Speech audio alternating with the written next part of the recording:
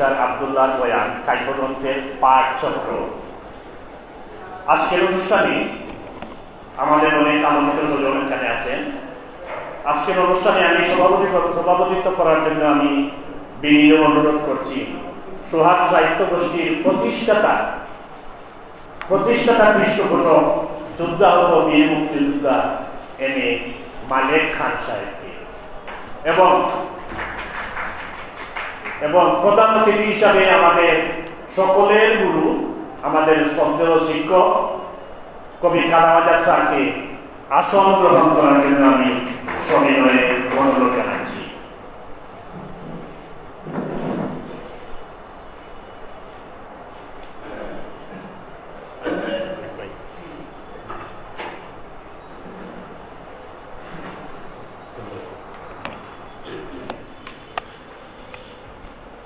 অনুষ্ঠানের শুরুতে আমি কোরআনে পাক থেকে তেলাওয়াত করার জন্য আমি কবি কামাল আহমদ সাহেবকে অনুরোধ করছি। কবি কামাল আহমদ সাহেবকে কোরআনে পাক থেকে তেলাওয়াত করার জন্য আমি অনুরোধ করছি। আসসালামু আলাইকুম ওয়া রাহমাতুল্লাহি ওয়া বারাকাতুহু। আউযু বিল্লাহি মিনাশ শাইতানির রাজীম। ওয়াইলুল লিকুল্লি হুমাযাতিন লুমাযা الذي جمع مالا وعدده يحسب أن ماله أخلده كلا لينبذن في الحطمة وما أدراك ما الحطمة نار الله الموقدة التي تطلع على الأفئدة إنها عليهم مؤصدة في عمد ممددة صدق الله العظيم. ধন্যবাদ আমাদের প্রিয়জন কবি কামাল ভাইকে তার সুললিত কণ্ঠে কোরআনে পাক থেকে তেলাওয়াত করার জন্য। সম্মানিত উপস্থিতি, আমি আজকে যার বইয়ের পাঠ চক্র আমরা উদযাপন করতে যাব, আমরা প্রথমে সকলকে ডায়াসে এসে বইয়ের মোড়ক উন্মোচন করার জন্য আমি সবাইকে অনুরোধ জানাচ্ছি। সবাই চলে আসবেন ডায়াসে, আমরা মোড়কটা উন্মোচন করব, তারপর আমরা ওপেনে আলোচনা যাব।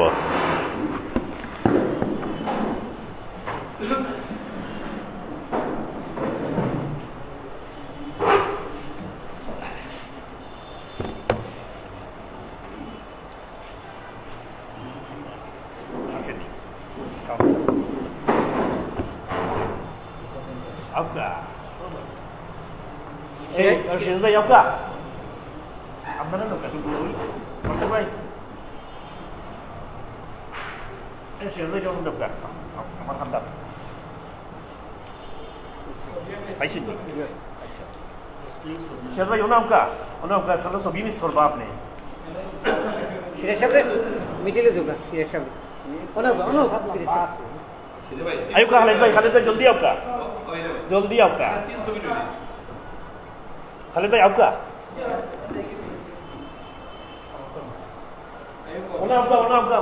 आपका अरे ओना अन्या सारा दादा आपका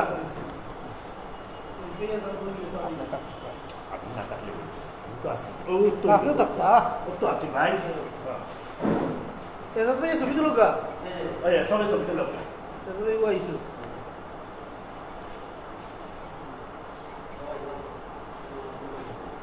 আচ্ছা যারা বই পাইছেন না হোক আমি বই দিলাম, বই আছে বই দিলো কা এজাজ ভাই ক্যামেরা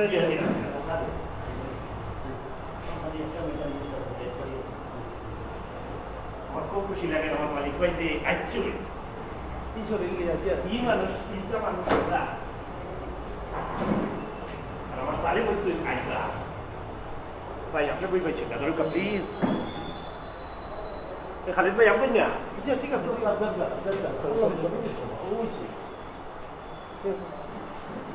ধন্যবাদ।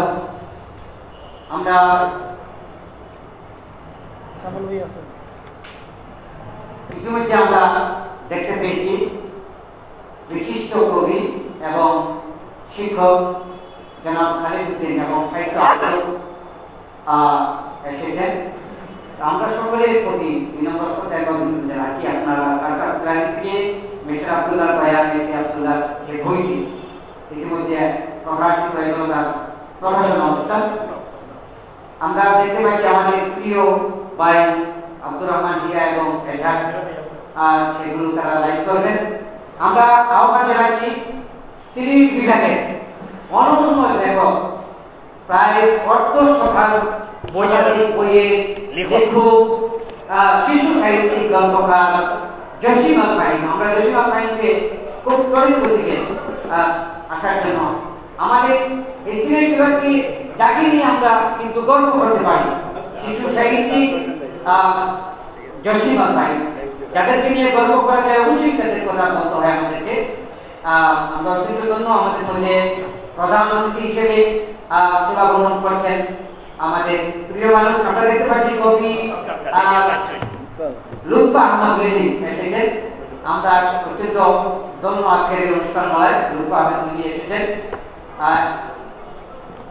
সত্য তিনি অবসর নিয়েছেন শিক্ষকতায়, মাস্টার করার মানুষ করার কারিগর এবং কবি, আমাদের সমাজের অত্যন্ত জরুরি মানুষ। বিশেষ করে যুদ্ধ মুক্তিযোদ্ধা মালিক খান এসেছেন। সিলেটের বিশিষ্ট দেশের বিশিষ্ট শিক্ষাবিদ অধ্যক্ষ কবি কালাম আজাদ সহ অসংখ্য কৃতিমান মানুষগুলিকে নিয়ে আমরা আজকে এসেছি এখানে।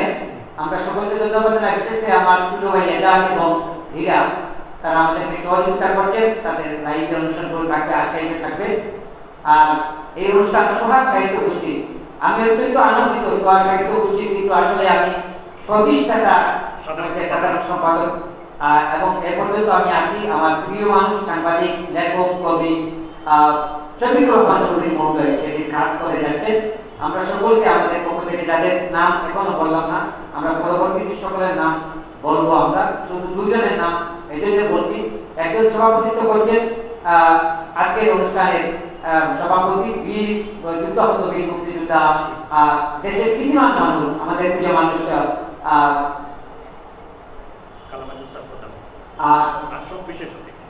জি আর কবি কালাম আজাদ আমাদের অনুষ্ঠানের সভাপতিত্ব করবেন।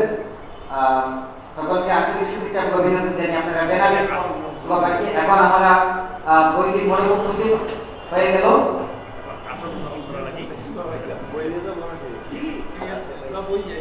ধন্যবাদ, সকলকে ধন্যবাদ, অসংখ্য ধন্যবাদ। আমরা আমাদের অনুষ্ঠান করে আমরা ফিরে যাচ্ছি।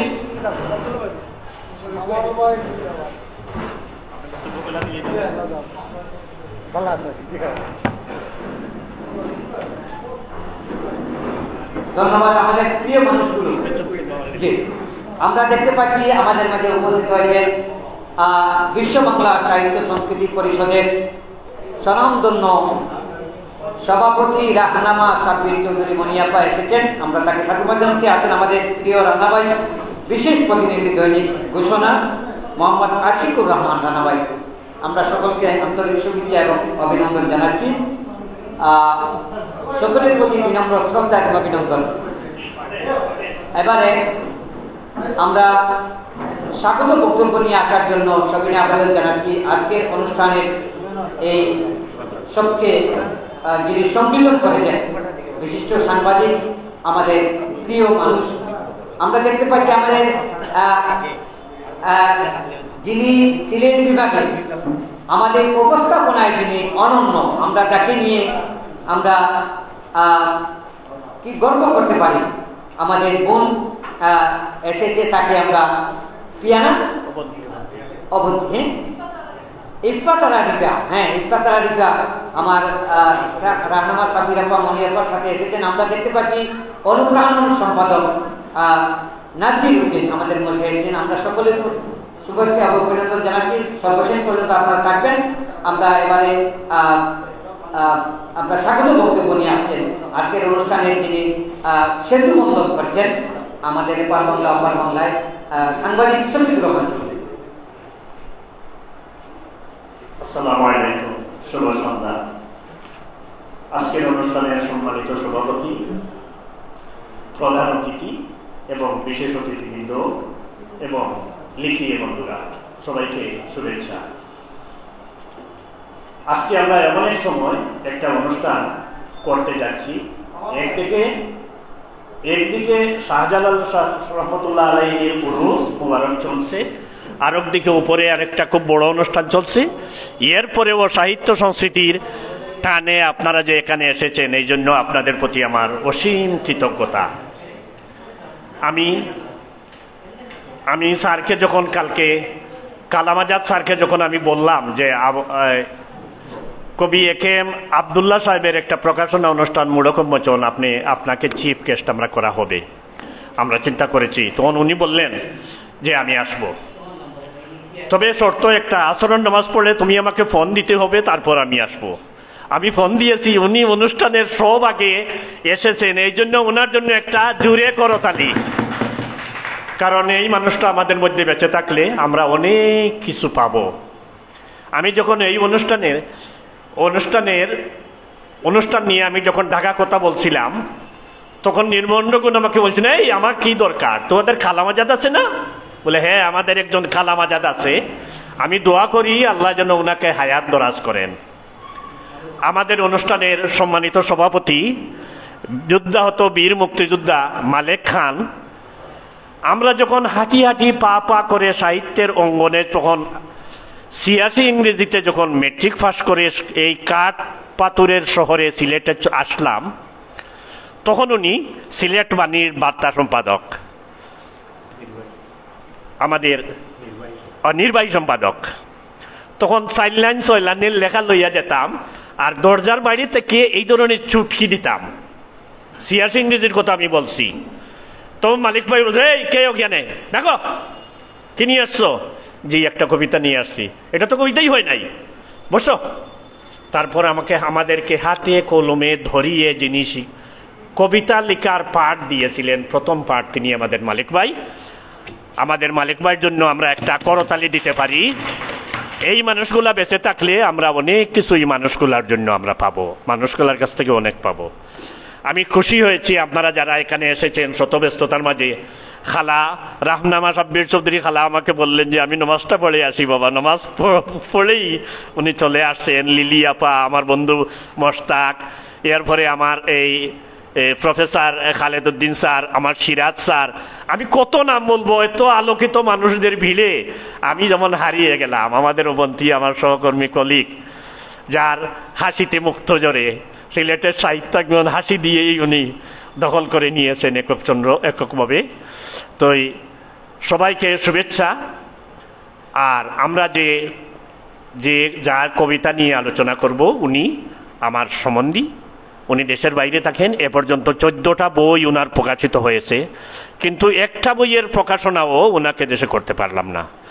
আমি যখন ইংল্যান্ডে গিয়েছিলাম, তখন আমাকে বলেছিলেন যে দেশে আমি যাব কি না জানি না, তো তুমি যেহেতু আসছো ওইখানে একটা প্রাডি হলে একটা অনুষ্ঠান করে নেও, খাওয়া দাওয়ার ব্যবস্থা না হয় আমি করব। তবে করেছিলেন, আমি একটা অনুষ্ঠান করেছিলাম। তো এই বছর উনি বলছেন যে আমি দেশে আসব।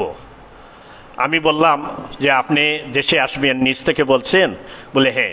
2টা বই তুমি রেডি করে রাখো, 2টা বই তুমি রেডি করে রাখো, 2টা ভান্ডলিপি আমি পাঠিয়ে দিতেছি। 2টা বইয়েরই প্রকাশনা অনুষ্ঠানে আমি ওইখানে থাকবো। কালাম আজাদ স্যারকে আগাম বলে রাখো, উনি যেন আমার ওইখানে চিফ গেস্ট হিসাবে থাকেন। আমি ওনার দাওয়াত পৌঁছে দিলাম। আপনাদেরকে শুভেচ্ছা। আপনারা কষ্ট করে এখানে এসেছেন, আপনাদের প্রতি আমার কৃতজ্ঞতা। সম্মানিত উপস্থিতি, এখন বক্তব্য নিয়ে আসবেন সকালের সময় সিলেট প্রতিনিধি, অনলাইন প্রেস ক্লাবের সদস্য, নিরাপদ সড়ক চাইয়ের আহ্বায়ক কমিটির সদস্য, আমাদের নামটা বলুন ভাই, আব্দুল হাসিব রানা ভাই, আব্দুল হাসিব। তো ওনার সাথে আমার পরিচয়। আমরা নিরাপদ সড়ক চাই, আমরা একসাথে করি, ওইখান থেকে ওনার পরিচয়। উনি ওনার শুভেচ্ছা বক্তব্য রাখবেন।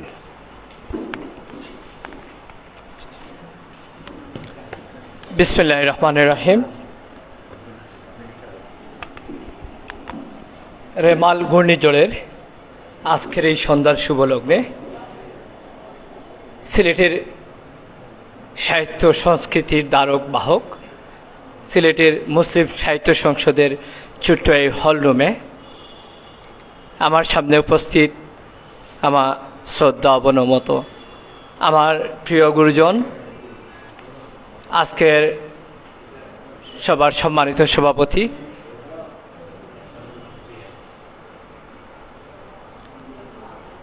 যুদ্ধাহত বীর মুক্তিযোদ্ধা, সিলেটের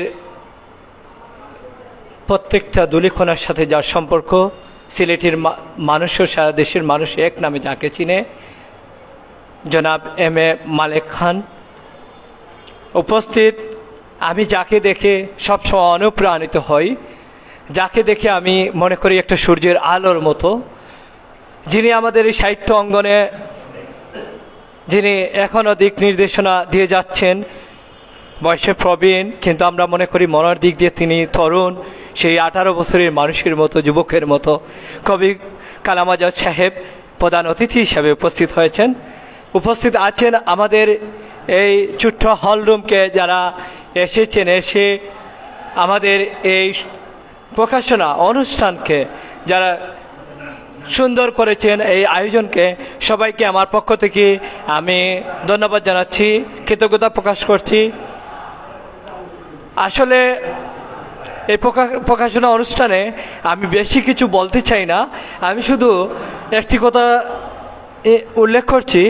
বর্তমান তথ্য প্রযুক্তির যুগে ছোট্ট সেলফোনটা আমাদের বড়ই বিড়ম্বনা দিচ্ছে।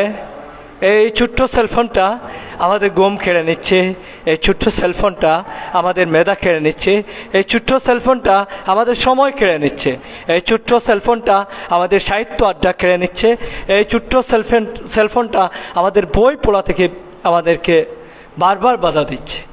আসলে এটা প্রযুক্তির কল্যাণে যোগাযোগের একটি অনন্য গুরুত্বপূর্ণ বাহক মাধ্যম, কিন্তু এর অপব্যবহারে আমরা দিন দিন পিছনে চলে যাচ্ছি। বই মানুষকে সাহিত্যের যেমন আশ্চর্যিত করে রাখে, সাহিত্যের রসায়ন করে, বই মানুষকে একজন সুস্থ মানুষ ঘুমানোর জন্য বই পড়াও আমি মনে করি প্রয়োজন। বই পড়তে পড়তে মানুষ কিন্তু এক সময় ঘুমের আসন্ন হয়। বই পড়তে পড়তে মানুষের মনন মেধা, মানুষের বিকাশ ঘটে। বই পড়ে মানুষ জ্ঞান আহরণ করে, বই পড়ে মানুষ অজানাকে জানে, বই পড়ে মানুষ ইংল্যান্ড আমেরিকায় কী হয়েছে একজনের লেখা থেকে, বই থেকে একটা অনুমান করে সেই জায়গা কল্পনা করে সেই জায়গায় সে নিয়ে যায়, সেই জায়গাটা সে নিজেকে আবিষ্কার করে। আসলে বই যে আমাদের বই পড়াটা যে আমাদের কত গুরুত্বপূর্ণ ছিল অতীতে বা এখনও বা ভবিষ্যতে, সেটা বই পড়ার পাঠক যারা তারাই বুঝতে পারে। আমরা ভিডিও প্রথমে ছবি দেখেছি, পরে মোবাইলে ভিডিও দেখেছি, এর পরবর্তীতে মোবাইলে শর্ট ভিডিও আসছে, এখন রিল আসছে, এরপরে শর্ট আসছে। আস্তে আস্তে আমাদের এই যে মোবাইলমুখী করছে, কিন্তু বইটাকে আমরা বইয়ের বিপরীতে আমরা অন্যদিকে অগ্রসর হচ্ছে। তো আমি একটু আহ্বান করবো আপনাদের, আমাদের যারা ছেলেমেয়েরা আছে অনন্ত ইন্টারমিডিয়েট পাস না করা পর্যন্ত আপনারা তাদের হাতে মোবাইল তুলে দেবেন না, এটি আমার অনুরোধ। দ্বিতীয়ত, এই বইটি যে বইটি যিনি লিখেছেন তিনি ওনার যে বিশ্ব পরিচিতির বা সামগ্রিক বিশ্ব পরিমণ্ডল থেকে তিনি বিষয়গুলি তুলে একটা অনবদ্য একটা কবিতার বই রচনা করেছেন। উনি ইংল্যান্ড থেকে এই বইটি রচনা এই বইয়ে আপনারা বিরক্ত বোধ না করেন। বইয়ের পৃষ্ঠা হচ্ছে 43 নম্বর পৃষ্ঠা, বুলেট এবং ক্ষুধা। এই কবিতাটি আমি পড়েই শেষ করব, আবৃত্তি করে শেষ করব। জমিনে পড়ে আছে বুলেট, বুলেট থেকে ধোঁয়া বেরোচ্ছে, ক্ষুধার্ত শিশুটি হেঁটে যাচ্ছে বুলেটের দিকে। চিন্তা করেন এই 4টি লাইনে কি লেখা, জমিনে পড়ে আছে বুলেট আর বুলেট থেকে ধোঁয়া বের হচ্ছে, আর ক্ষুধার্ত শিশুটি হেঁটে যাচ্ছে বুলেটের দিকে। আমরা মনে করি এটি বাস্তব ফিলিস্তিনের চিত্র, এটি সিরিয়া ফিলিস্তিন এরকম এলাকারই চিত্র তিনি ইংল্যান্ডে বসে এটি ওনার কবিতায় চয়ন করেছেন। শিশুটির চোখ চমকাচ্ছে, বুলেটটি রুটিতে রূপান্তরিত হচ্ছে, এখন রুটি আর ক্ষুধা মুখামুখি, আহা আসলে বুলেটটা রুটিতে রূপান্তরিত হচ্ছে। যেমন বুলেটটা ছোড়ার জন্য একজন সৈনিক কাজ করছে, সৈনিক গুলি করছে, একজন যোদ্ধা গুলি করছে, উনি বেতন পাচ্ছে, যে জায়গায় গুলি করছে তার জন্য টাকা পাচ্ছে। মনে করা হচ্ছে এটি বুলেটটা রুটিতে রূপান্তরিত হচ্ছে। আর রুটি আর ক্ষুধা মুখামুখি। শিশুটি এখন আর ক্ষুধার্ত নয়, শিশুটি এখন ঘুমিয়ে আছে চিরদিনের জন্য। আসলে এই বুলেটটি দেখার পরে তার উপর যে আক্রমণ করা হয়েছে, শিশুটির এই ছোট্ট শরীরে তার শরীর যাত্রা হয়ে গেছে, সে আর চোখ মেলে এ দুনিয়ার আলো দেখবে না, সে চিরদিনের জন্য ঘুমিয়ে গেছে। আমরা এই শিশুটিকে সেভ করে নিজস্ব সেলফাই তো আর্কাইভে পৃথিবীর ইনবক্সে এখন শুধু কমেন্টগুলো পড়ছি। আসলে এই যে আমি মোবাইলের কথা বলেছিলাম, এই মোবাইলের কারণে এই শিশুটির চিত্র আমাদের সামনে উঠে এসেছে। এই উঠে আসার কারণে পৃথিবীর ইনবক্সে এটি আর্কাইভে থাকবে, মোবাইলে থাকবে, সব জায়গায় থাকবে। আর শুধু আমরা কমেন্ট পড়ব বা মন্তব্য করব, কিন্তু আমরা কিছুই করতে পারছি না। আসলে এই যে লেখকের এই যে অন্তর্নিহিত একটা যেটা ওনাকে যেটা কষ্ট দিচ্ছে, পীড়া দিচ্ছে, উনি কিছু করতে পারে না। ইংল্যান্ড থেকে এই কবিতাটা তিনি লিখেছেন 43 নম্বর পৃষ্ঠায়। এই যে ছোট্ট 8-10 লাইনের কবিতা, আসলে এটি আমাদের বর্তমান সমাজের, আমাদের বিশ্ব সমাজের একটি চিত্রের অংশ। আমি কবিকে স্যালুট জানাচ্ছি, ধন্যবাদ জানাচ্ছি। আমার গুরুজন এখানে বসে আছেন, আমাদের সবাই বসে আছেন। সবার বিরক্তির অবসান ঘটিয়ে আমি বিদায় নিচ্ছি। আসলে আমি কবিতার একজন পাঠক, আমি কবিতাকে ভালোবাসি, আমি কবিকে ভালোবাসি, বই ভালোবাসি। অসংখ্য ধন্যবাদ।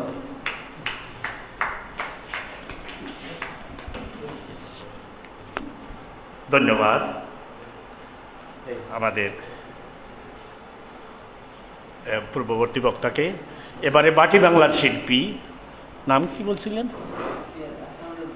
হ্যাঁ, আহসানুল হক জুয়েলকে তার শুভেচ্ছা বক্তব্য রাখার জন্য আমি সবিনয় অনুরোধ করছি। আহসানুল হক জুয়েলকে তার শুভেচ্ছা বক্তব্য রাখার জন্য অনুরোধ করছি। দস্তখতটা হয়ে গেলেও আমরা সবাই পাই দিব।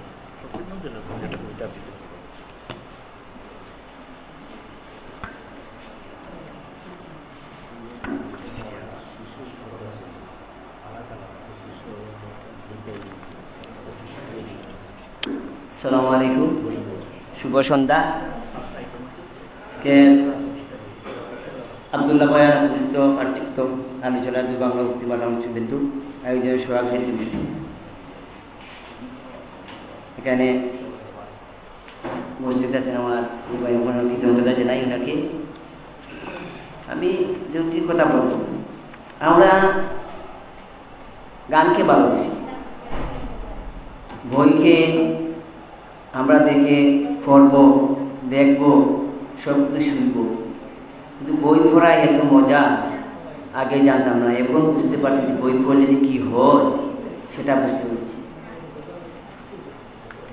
এই বলে আমার বক্তব্য এই নির্বাচিত করব না, আমি একটা কবিতা বলব। আয় আয় ছাদ মামা টিপ দিয়ে যা, ছাদের খুপালিটা টিপ দিয়ে যা। আসসালামু আলাইকুম।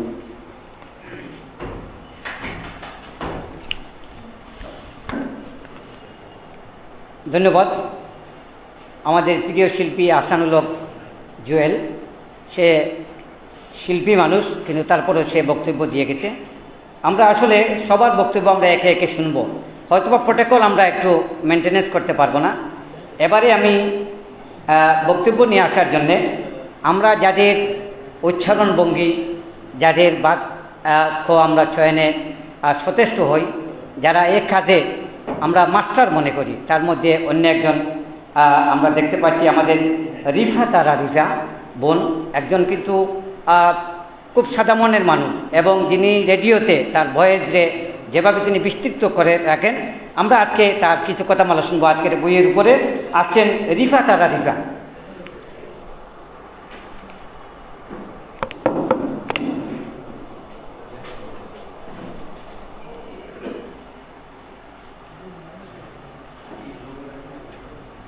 আসসালামু আলাইকুম সবাইকে।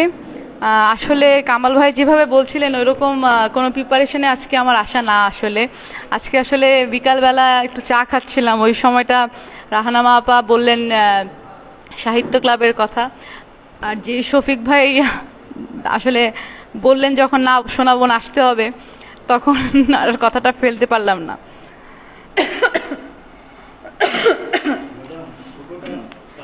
আমার একটু শরীরটা খারাপের জন্য হয়তোবা যেরকম সাধারণত ভালো বলে থাকি হয়তোবা সেরকম বলতে পারবো না আজকে। এখন ঠিক আছে। আচ্ছা, বলছিলাম যে আমি এখন শরীরটা আসলে ভালো না দেখে সেরকম হয়তোবা যেরকম সাধারণত করতে পারি, আমি আবৃত্তির মানুষ না।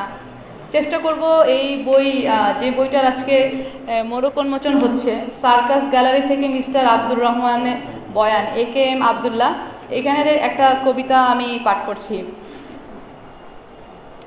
ভালোবাসা একটি মরণাস্ত্র, ঝড় ওঠার ঠিক আগ মুহূর্তে আমাদের শ্বাসগুলো ছিল স্থির, আর একটি স্বপ্নকে আঁকড়ে আমাদের দৃষ্টি তাকিয়েছিল রঙিন ভোরটির দিকে। এরপর জমা রেখে মন অস্থির কাছে ভালোবাসা পেতে শত্রুর নিশানা বুকে জড়িয়ে গর্জে উঠেছে বারবার, ভালোবাসার বুকে রেখে হাত ঘুরিয়ে দিয়েছে জঙ্গলি ঝড়ের গতি। আহা, গোলাপ পোড়া ধোঁয়ায় ভালোবাসা এক আজব নেশা, যেখানে বুলেট এক শেকড় এক উচ্চারণ মাত্র।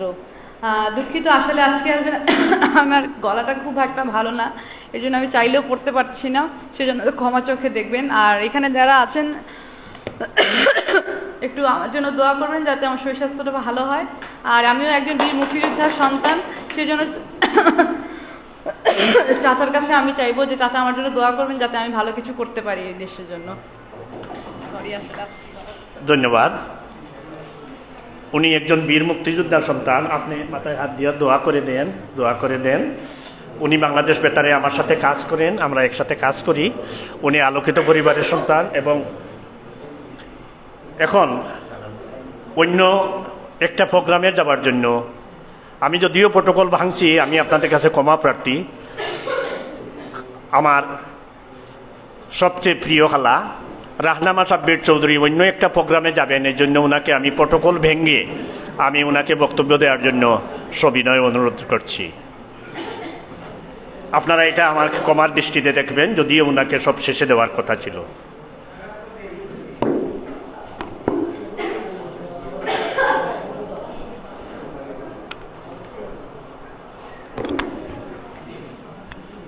আরো কয়েকটা বই আমরা আসলাম না, আপনি আরো দুই তিনটা বই।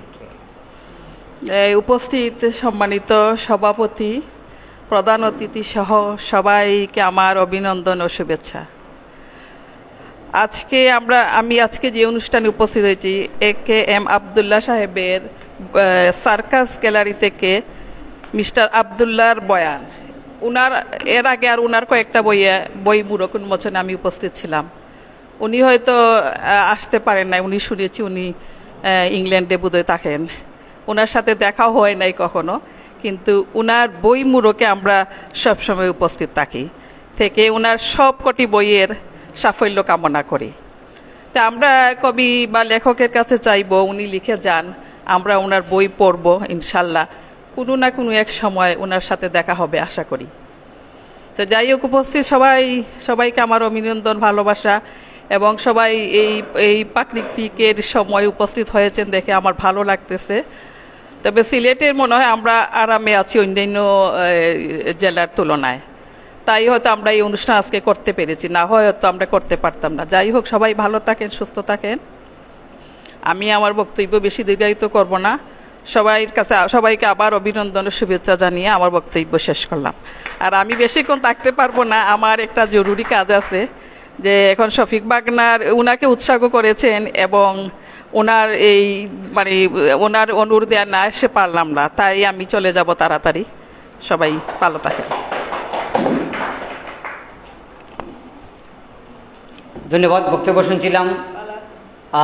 আমাদের এই সিলেটে সংগঠন নিয়ে যারা কাজ করেন, বিশিষ্ট সংগঠক এবং লেখক, আমাদের লেখকদের অভিভাবক রাহনামা সাব্বির চৌধুরী মনিয়াফা, আমাদের মধ্যে উপস্থিত আছেন বিশিষ্ট আইনজীবী কয়সার আহমদ মহোদয়, আমরা পরে তাকে সুযোগ দেব। এবারে আমরা আরেকজনকে সুযোগ দিয়ে দেই। আমাদের প্রথমেই বলা হয়েছে আমরা কিন্তু প্রোটোকল কিন্তু মেনটেন্যান্স করতে পারছি না, একটু ইদিক সিদিক হবে। আমরা এবারে বক্তব্য শুনব রুরাল জার্নালিস্ট ফাউন্ডেশনের সম্মানিত সদস্য এবং মাসিক ঘোষণার সিলেট প্রতিনিধি জনাব বিশিষ্ট সংগঠক জনাব আশিকুর রহমান রানা মহোদয়ের কাছ থেকে।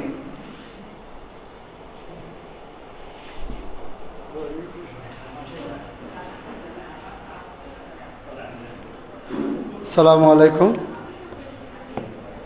আজকের কবি A K M. Abdullah circus gallery Abdullah বয়ান গঞ্জতর সম্মানিত সভাপতি, উপস্থিত সম্মানিত প্রধান অতিথি, আমার শ্রদ্ধাভাজন অত্যন্ত মায়ার স্নেহ ব্যক্তিত্ব জনাব মালেক সাহেব, উপস্থিত এখানে গুণীজন ব্যক্তিবর্গ এবং লেখক সাংবাদিকবৃন্দ, আসসালামু আলাইকুম। আমি বেশি কথা বলবো না, যেহেতু আমার কামাল ভাই বলছেন, দুটি কথাই বলবো। আমরা আসলে বই থেকে হারিয়ে গেছি এবং কবি যারা, লেখক যারা অনেক লেখনের মাধ্যমে আমাদের অনেক জিনিস শিখিয়ে থাকেন, কিন্তু ওই থেকে আমরা মোবাইলের জগতে চলে গেছি। কিন্তু মোবাইল দিয়ে এখন কি হয়, টিকটক বিভিন্ন ধরনের আজে বাজে জিনিস চলে আসে। আমরা এইসব থেকে দূরে থাকি এবং লেখক এবং কবিদের স্মরণ করে থাকি এবং যেন পাঠক পড়ে থাকি। সবাইকে আমার পক্ষ থেকে ধন্যবাদ। আমি আসলে আমার কামাল ভাই বলেছেন দৈনিক ঘোষণা, এটা নতুন পত্রিকা, সিলেট প্রতিনিধি হিসাবে আমার নাম আশিকুর রহমান রানা। সবাইকে ধন্যবাদ, ভালো থাকবেন, শুভ সন্ধ্যা।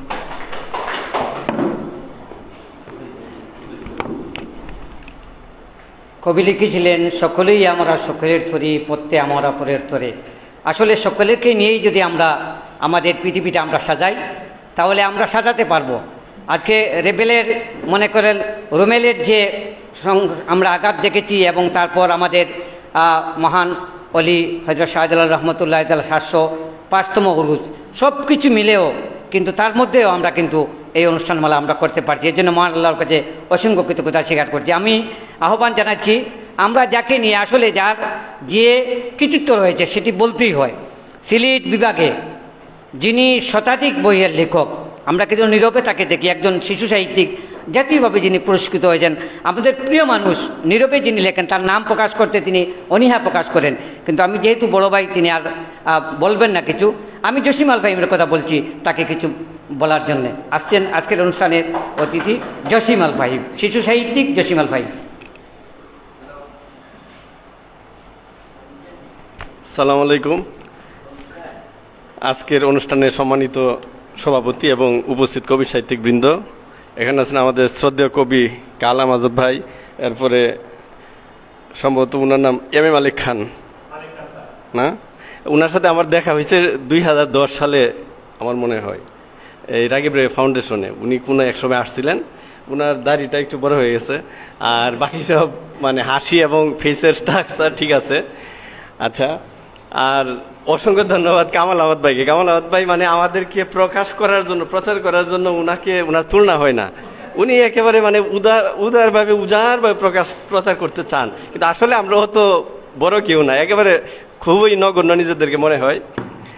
আর এখানে এ.কে.এম. আবদুল্লাহ ভাই, এ.কে.এম. আবদুল্লাহ ভাইয়ের সাথে আমার দেখা হয় নাই বাস্তবে, উনার সাথে একবার বা দুইবার কথা হয়েছে মোবাইলে। আর আসলে আমাদের প্রিয় মানুষ শফিক রহমান চৌধুরী ভাই, উনার আহ্বান উপেক্ষা করা সম্ভব না, এই জন্য আসলে এই অনুষ্ঠানে অংশগ্রহণ করা গেল।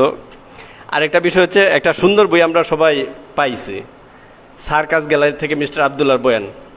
এই এ.কে.এম. আবদুল্লাহ ভাইয়ের এটা বেশ কিছু বই আমার হাতে ইতিমধ্যে পৌঁছছে, এবং দেখা গেল এই বইটা আমার কাছে একটু পরিচ্ছন্ন বাদাই মনে হয়েছে, গেট আপ মেকআপ সুন্দর, কিন্তু এই সমালোচনা করা যাবে নি? আচ্ছা, তাইলে আমি একটু বলে ফেলি। এই যেমন এই বইয়ের মধ্যে চমৎকারভাবে লেখা আছে আপনার সার্কাস গ্যালারি, গ্যালারির মধ্যে দেখেন আপনার একটা রস্যইকার দেওয়া আছে, কিন্তু আমাদের বোর্ডের ব্যানারের মধ্যে দীর্ঘইকার হয়ে গেছে। এটা এক বিষয়। আরেকটা বিষয় হচ্ছে বইয়ের প্রত্যেকটা পাতায় পাতায় দেখেন নিচে সবাই খুললে বসে দেখতে পাবেন সার্কাস গ্যালারি থেকে মিস্টার আবদুল্লাহর বয়ান। এখানে আবদুল্লাহ একটা দেওয়া আছে, একটা ইলেক চিহ্ন দেওয়া আছে রয়ের আগে, কিন্তু আসলে এটার দরকার ছিল না, কারণ ওনার কভারের মধ্যে তো রয়ের আগে নাই, তাইলে এটা মানে সম্পাদনা ত্রুটি বলে আমরা ধরে নিব। এরকম আরও কিছু বিষয় আছে যে এই বইয়ের প্রোডাকশন কস্ট কীরকম হবে এটা আমি কিছুটা জানি, আর এখানে একজন প্রকাশক মহোদয় বুনার প্রকাশনের খালেদ ভাই আছে, উনিও জানে এটা ভালো মানে কস্টের প্রোডাকশন, কিন্তু এটা কারণ এরকম একটা বই তৈরি করতে অনেক খরচের বিষয়, কিন্তু শুধু সুসম্পাদনার অভাবে দেখা গেল বইটা আসলে মানে পরিপূর্ণ সুস্থভাবে এই নিজেকে বিকাশ ঘটাইতে পারলো না। আচ্ছা, আমরা প্রত্যাশা রাখবো ভবিষ্যতে এই লেখকের, কারণ লেখক যেহেতু প্রবাসী, উনি আপনার ভবিষ্যতে আরো সমৃদ্ধ আরো চমৎকার চমৎকার বই আমাদেরকে উপহার দিবেন, সেই বইগুলো যেন একটু সুসম্পাদিত হয়। সবাইকে অনেক ধন্যবাদ। আসসালামু আলাইকুম। অসংখ্য ধন্যবাদ। আমরা এবারে বক্তব্য শুনব যিনি ইতিহাস নিয়ে কাটাকাটি করেন, ইতিহাস ঐতিহ্য নিয়ে যিনি এই সিলেট বিভাগে, যার নাম কিন্তু স্বর্ণাক্ষরে লেখার পাশাপাশি রয়েছেন, আমাদের প্রিয় ভাই লেখক, কবি এবং ব্যাংকার মোশতাক চৌধুরী। আমি তাকে বলবো আজকের অনুষ্ঠানে কিছু বলার জন্য।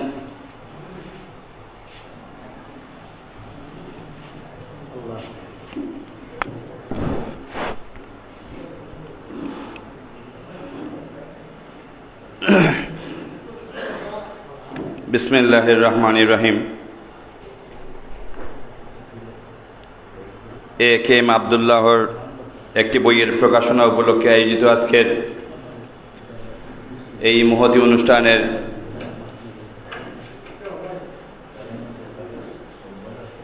শ্রদ্ধাভাজন সভাপতি বীর মুক্তিযোদ্ধা এম এ মালেক খান,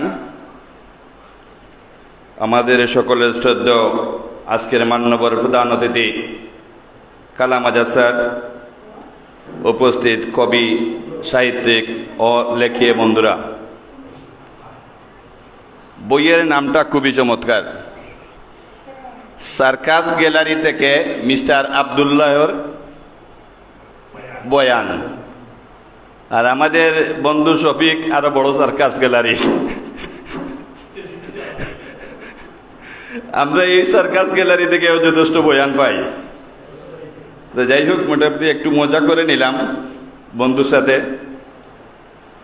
আমরা বইটা আসলে এই ধরনের বইয়ের অনুষ্ঠান হলে আমি মনে করি আমি মিস্টার শফিকের দৃষ্টি আকর্ষণ করব যে বইয়ের অনুষ্ঠান হলে মিনিমাম 5-7 জনকে আগে বইটা পৌঁছে দেওয়া, যাতে বই থেকে কিছু কেউ বলতে পারে।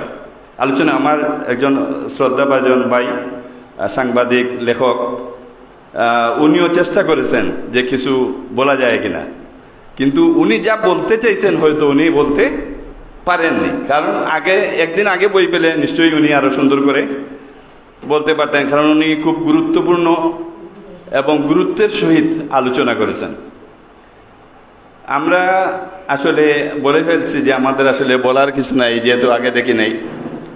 আর আমাদের সবার প্রিয় কালাম আজাদ স্যার আছেন, উনি আগে না দেখলেও উনি বলতে পারেন, কারণ উনি সব দিক দিয়ে একজন দক্ষ মানুষ।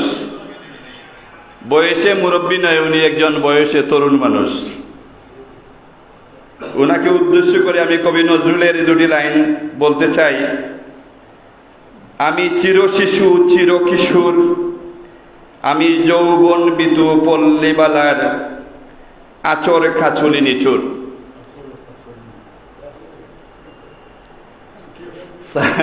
স্যার এইরকমই আসলে একজন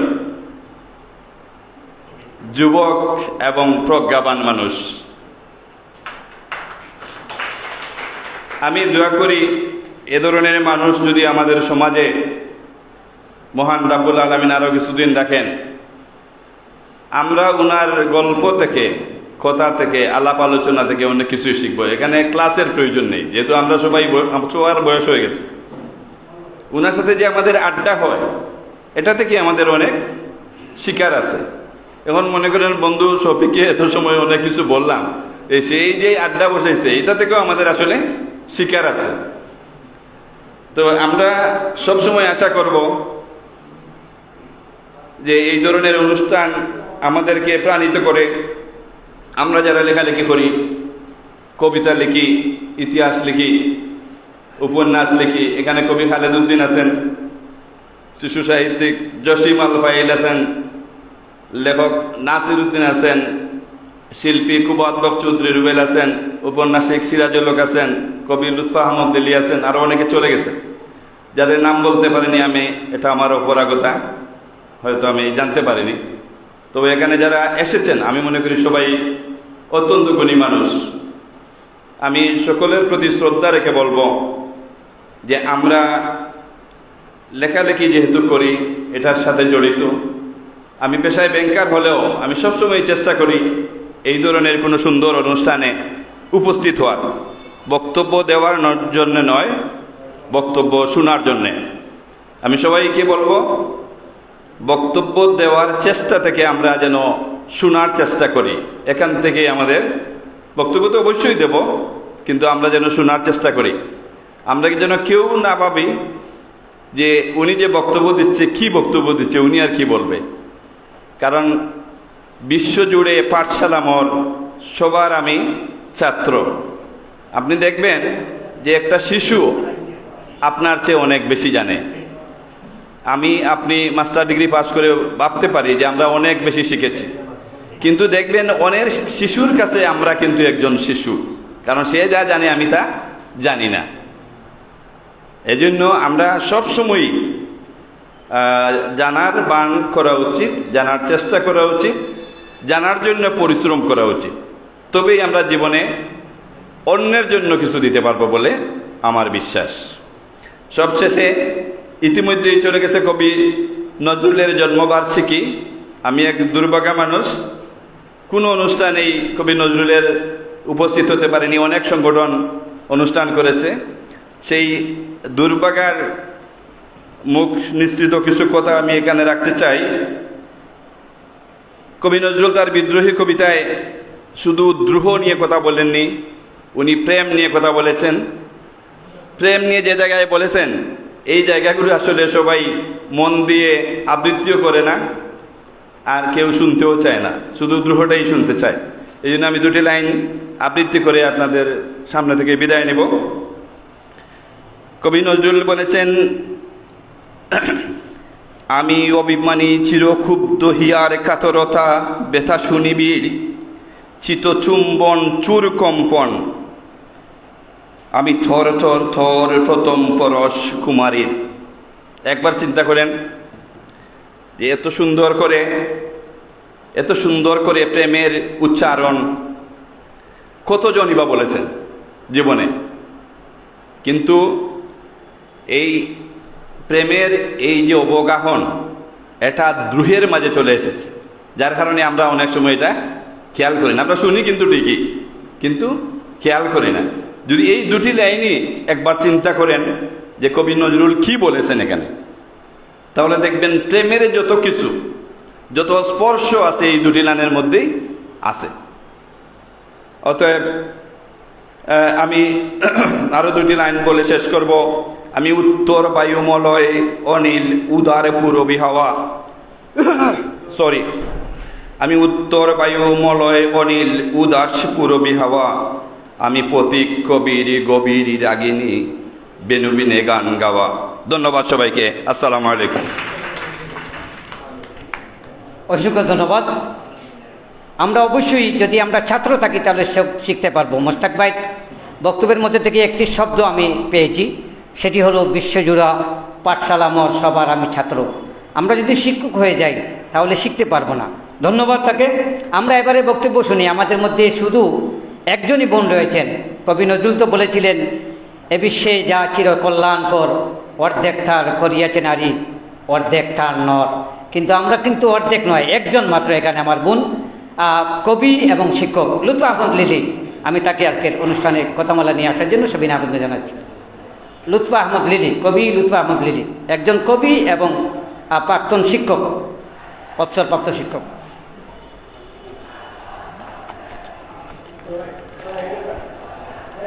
আসসালামু আলাইকুম, শুভ সন্ধ্যা।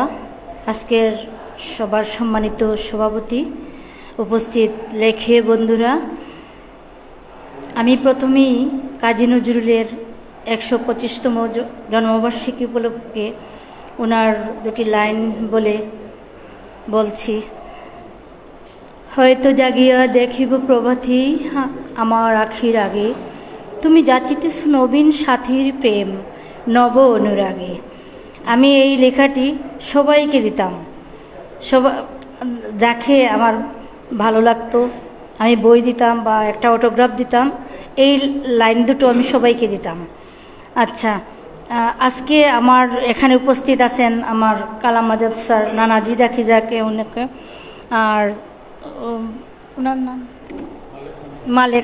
মালেক স্যার।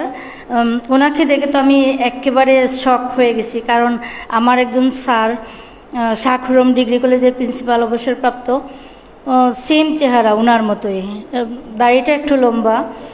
আমি দেখে তো বারবার ওনার ঠোঁটের মতো সেম ঠোঁট, তারপর আমি বারবার তাকাচ্ছি আর ভাবছি যে আমার স্যার নাকি। ধন্যবাদ ওনাকে। আমি আজকে এখানে আমার আগমন, আমার শফিক ভাই আমাকে নিমন্ত্রণ করেছেন, ওনার নিমন্ত্রণে এখানে এসেছি। বারবার ফোন দিয়ে বলতেছেন আপা আসছেন তো? আমি বলছি মাগরিবের নামাজটা সেরে আসছি। উনি বললেন অনুষ্ঠান শেষ হয়ে যাচ্ছে, তাড়াতাড়ি আসেন। তো ধন্যবাদ এই অনুষ্ঠানের জন্য সবাইকে, শফিকুর রহমান ভাইকে বিশেষ স্পেশাল ধন্যবাদ। আমি এই সার্কাস গ্যালারি থেকে মিস্টার আবদুল্লাহর বয়ান, একে এম আবদুল্লাহ, ওনার গ্রন্থ থেকে আমি একটি কবিতা আবৃত্তি করছি। সেই বৃক্ষ সাক্ষী, তোমাকে ভালোবেসে আমি প্রকাশিত হয়েছিলাম পৃথিবীতে। সব ঘৃণা, অপবাদ, অপমান এই পিঠে করে বয়ে এখনো যখন বসি পাহাড়ের চূড়ায়, সে বৃক্ষটি খালি পায়ে চলে আসে আমার দিকে। তোমাকে ভালোবেসে জীবন এক কান্নার নদী হয়েই রইল। তবুও সব যন্ত্রণা সত্ত্বেও, সব সত্য প্রকাশের সত্ত্বেও, সেই বৃক্ষটি সাক্ষী, তোমাকে ভালোবেসে আমি প্রকাশিত হয়েছিলাম এই পৃথিবীতে। সেই বৃক্ষ সাক্ষী, শুধু ভালোবেসে দুজন সব কষ্ট, পাপ আর লজ্জা বুক নিয়ে আমরা প্রকাশিত হয়েছিলাম এই পৃথিবীতে। ধন্যবাদ এই লেখককে, যদিও আমরা দেখি নাই, উনি প্রবাসী আছেন। ধন্যবাদ, ওনার লেখা অনেক সুন্দর, বইটা অনেক সুন্দর, যদিও উনি একটা সার্কাস গ্যালারি থেকে যা বুঝতে পারলাম লিখেছেন, আমি পুরো বইটি পড়ি নাই। সবাইকে ধন্যবাদ। আসসালামু আলাইকুম।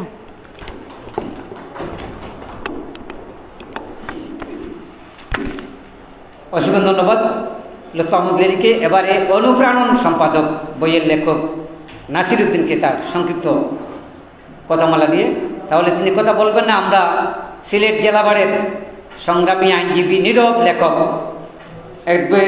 কৈথর আহমদ মহোদয়কে কিছু বলার জন্য সবিনয় আবেদন জানাচ্ছি আজকের অনুষ্ঠানে। আমাদের সিলেট জেলা বারের একজন নীরব সংগ্রামী আইনজীবী অ্যাডভোকেট কৈথর আহমদ মহোদয়কে।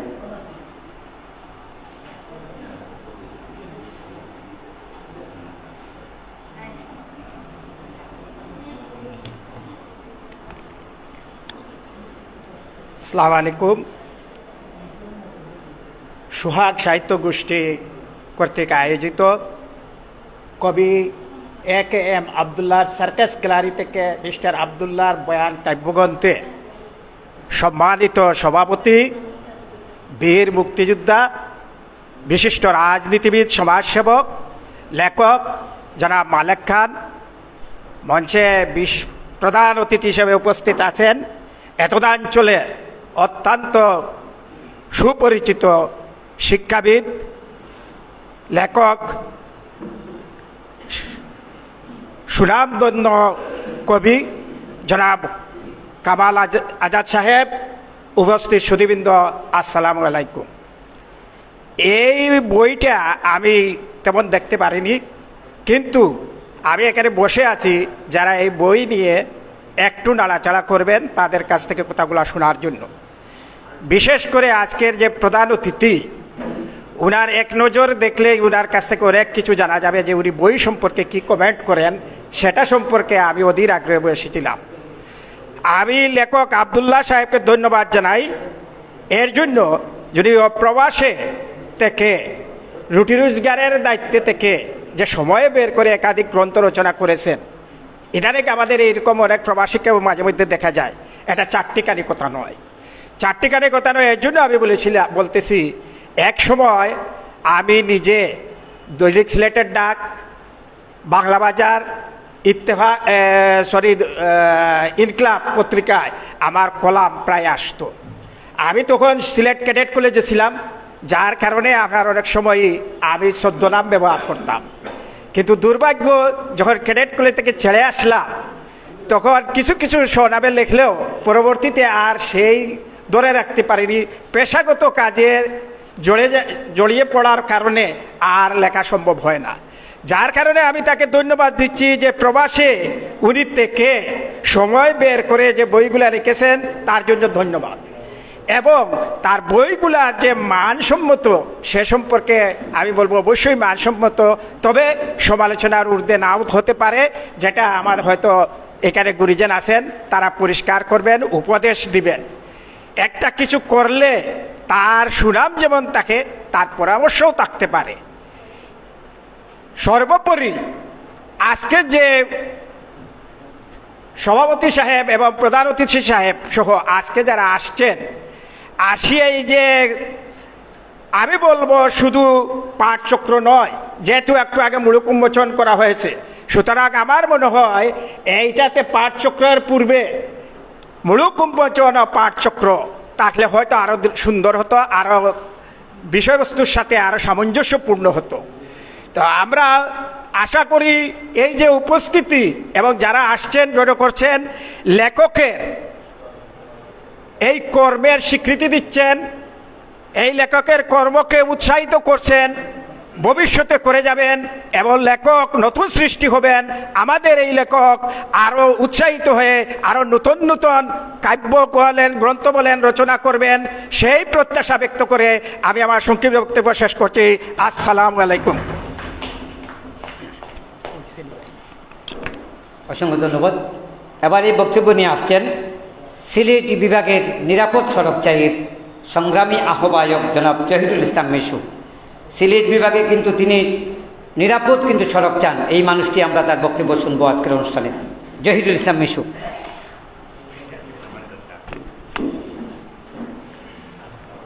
নিরাপদ সড়ক চাই বাংলাদেশে একটা আন্দোলন। এই আন্দোলনে সিলেট বিভাগের যিনি নেতৃত্ব দিচ্ছেন আমাদের মিশু ভাই, আমরা তার ছায়াতলে আমরা এই আন্দোলনটা করছি। এবং গত ঈদে আমরা বিভিন্ন জায়গায় এই ক্যাম্পিং করেছি ড্রাইভারদের নিয়ে, পথচারীদের নিয়ে। উনি কিছুদিন আগে, কয়েকদিন আগে ঢাকায় যে সম্মেলন হলো, সম্মেলনে সিলেটের প্রতিনিধিত্ব করেছেন এবং আমাদেরকে সিলেট বিভাগকে সেরা একটা এই নিরাপদ সড়ক চাই প্ল্যাটফর্ম তৈরি করে এসেছেন। আমি মিশু ভাইয়ের প্রতি আন্তরিক কৃতজ্ঞতা জানাচ্ছি। ধন্যবাদ শফিক ভাই। আজকের এই মহতী অনুষ্ঠানের সম্মানিত সভাপতি, প্রধান অতিথি, আমার সামনে উপস্থিত লেখক, কবি এবং সুধীমণ্ডলী, আসসালামু আলাইকুম। আসলে খুবই ভালো লাগছে এই ধরনের একটা অনুষ্ঠানে আমাকে আমন্ত্রণ করার জন্য। আমি শফিক ভাইকে ধন্যবাদ জানাই। বর্তমান যুগে, ডিজিটালাইজের যুগে আসলে আমাদের যে বই পড়াটা অনেকাংশেই কিন্তু কমে যাচ্ছে। মানুষ এই লেখকের বইয়ে কিন্তু উনি একটা লিখেছেন যে জেপিজি ফাইলে আমাদের ভবিষ্যৎ।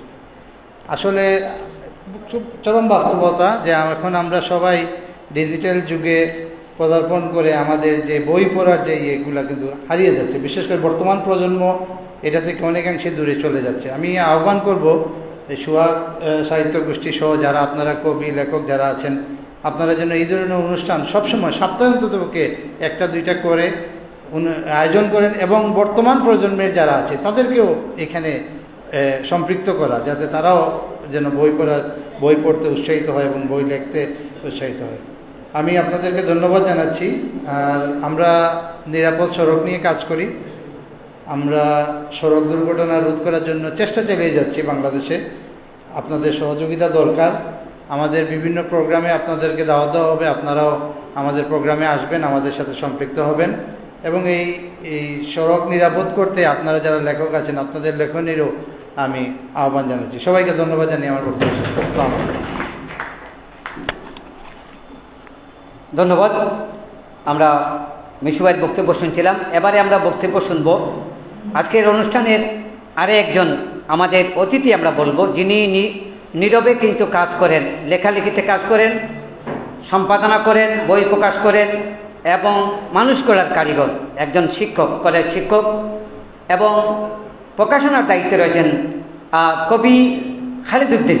আমি খালিদ উদ্দিনকে তার আজকের অনুষ্ঠানের এই বই নিয়ে কিছু আলোচনা করার আহ্বান জানাচ্ছি।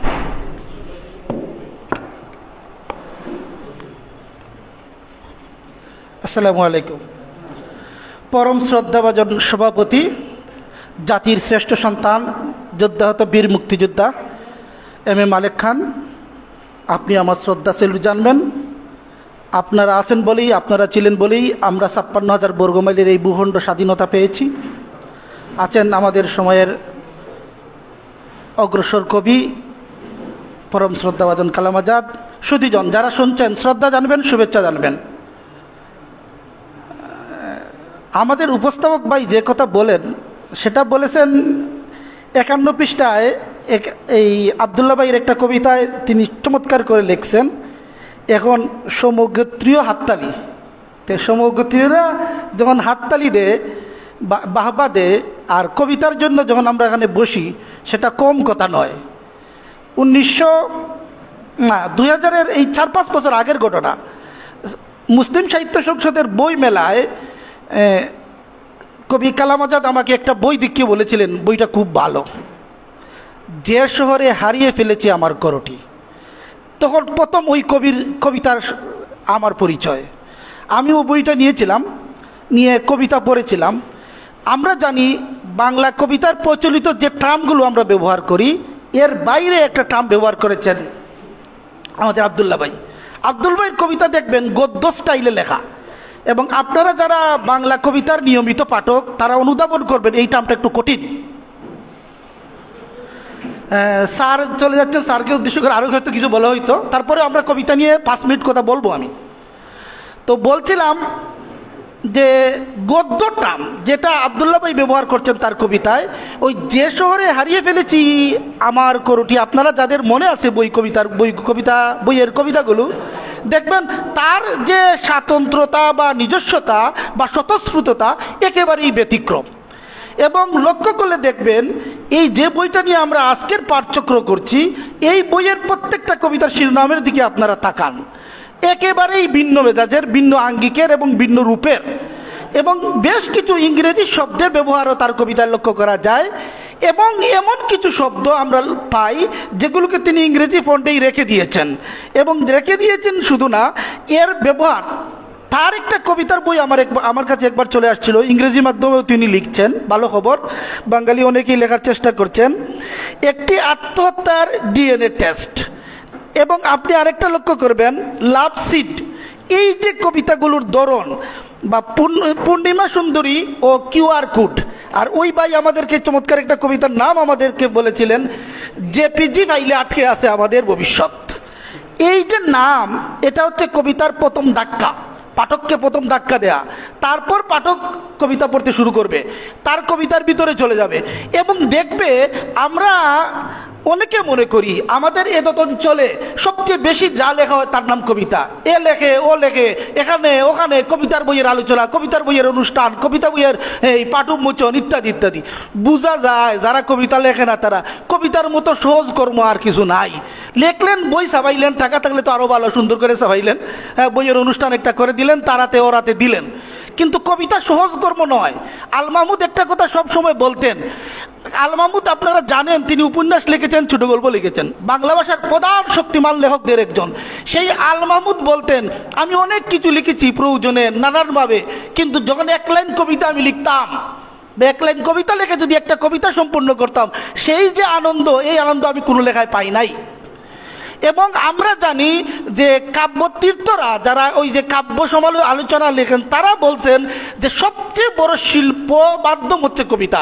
কবিতা হচ্ছে শিল্পের সমষ্টি, ও সব শিল্প একত্র করলে যা দাঁড়ায় তার নাম কবিতা। কবিতা এত সহজ কর্ম না। সংস্কৃতি পণ্ডিতরা মনে করতেন কবিতা লেখা পড়া সকলের কাজ নয়। ওই আধুনিক যুগে মৃদুল দাশগুপ্ত বলেছেন এক কবি কবিতা লিখবে, আরেক কবি কবিতা বলবে, কবিতা আমজনতার জন্য না।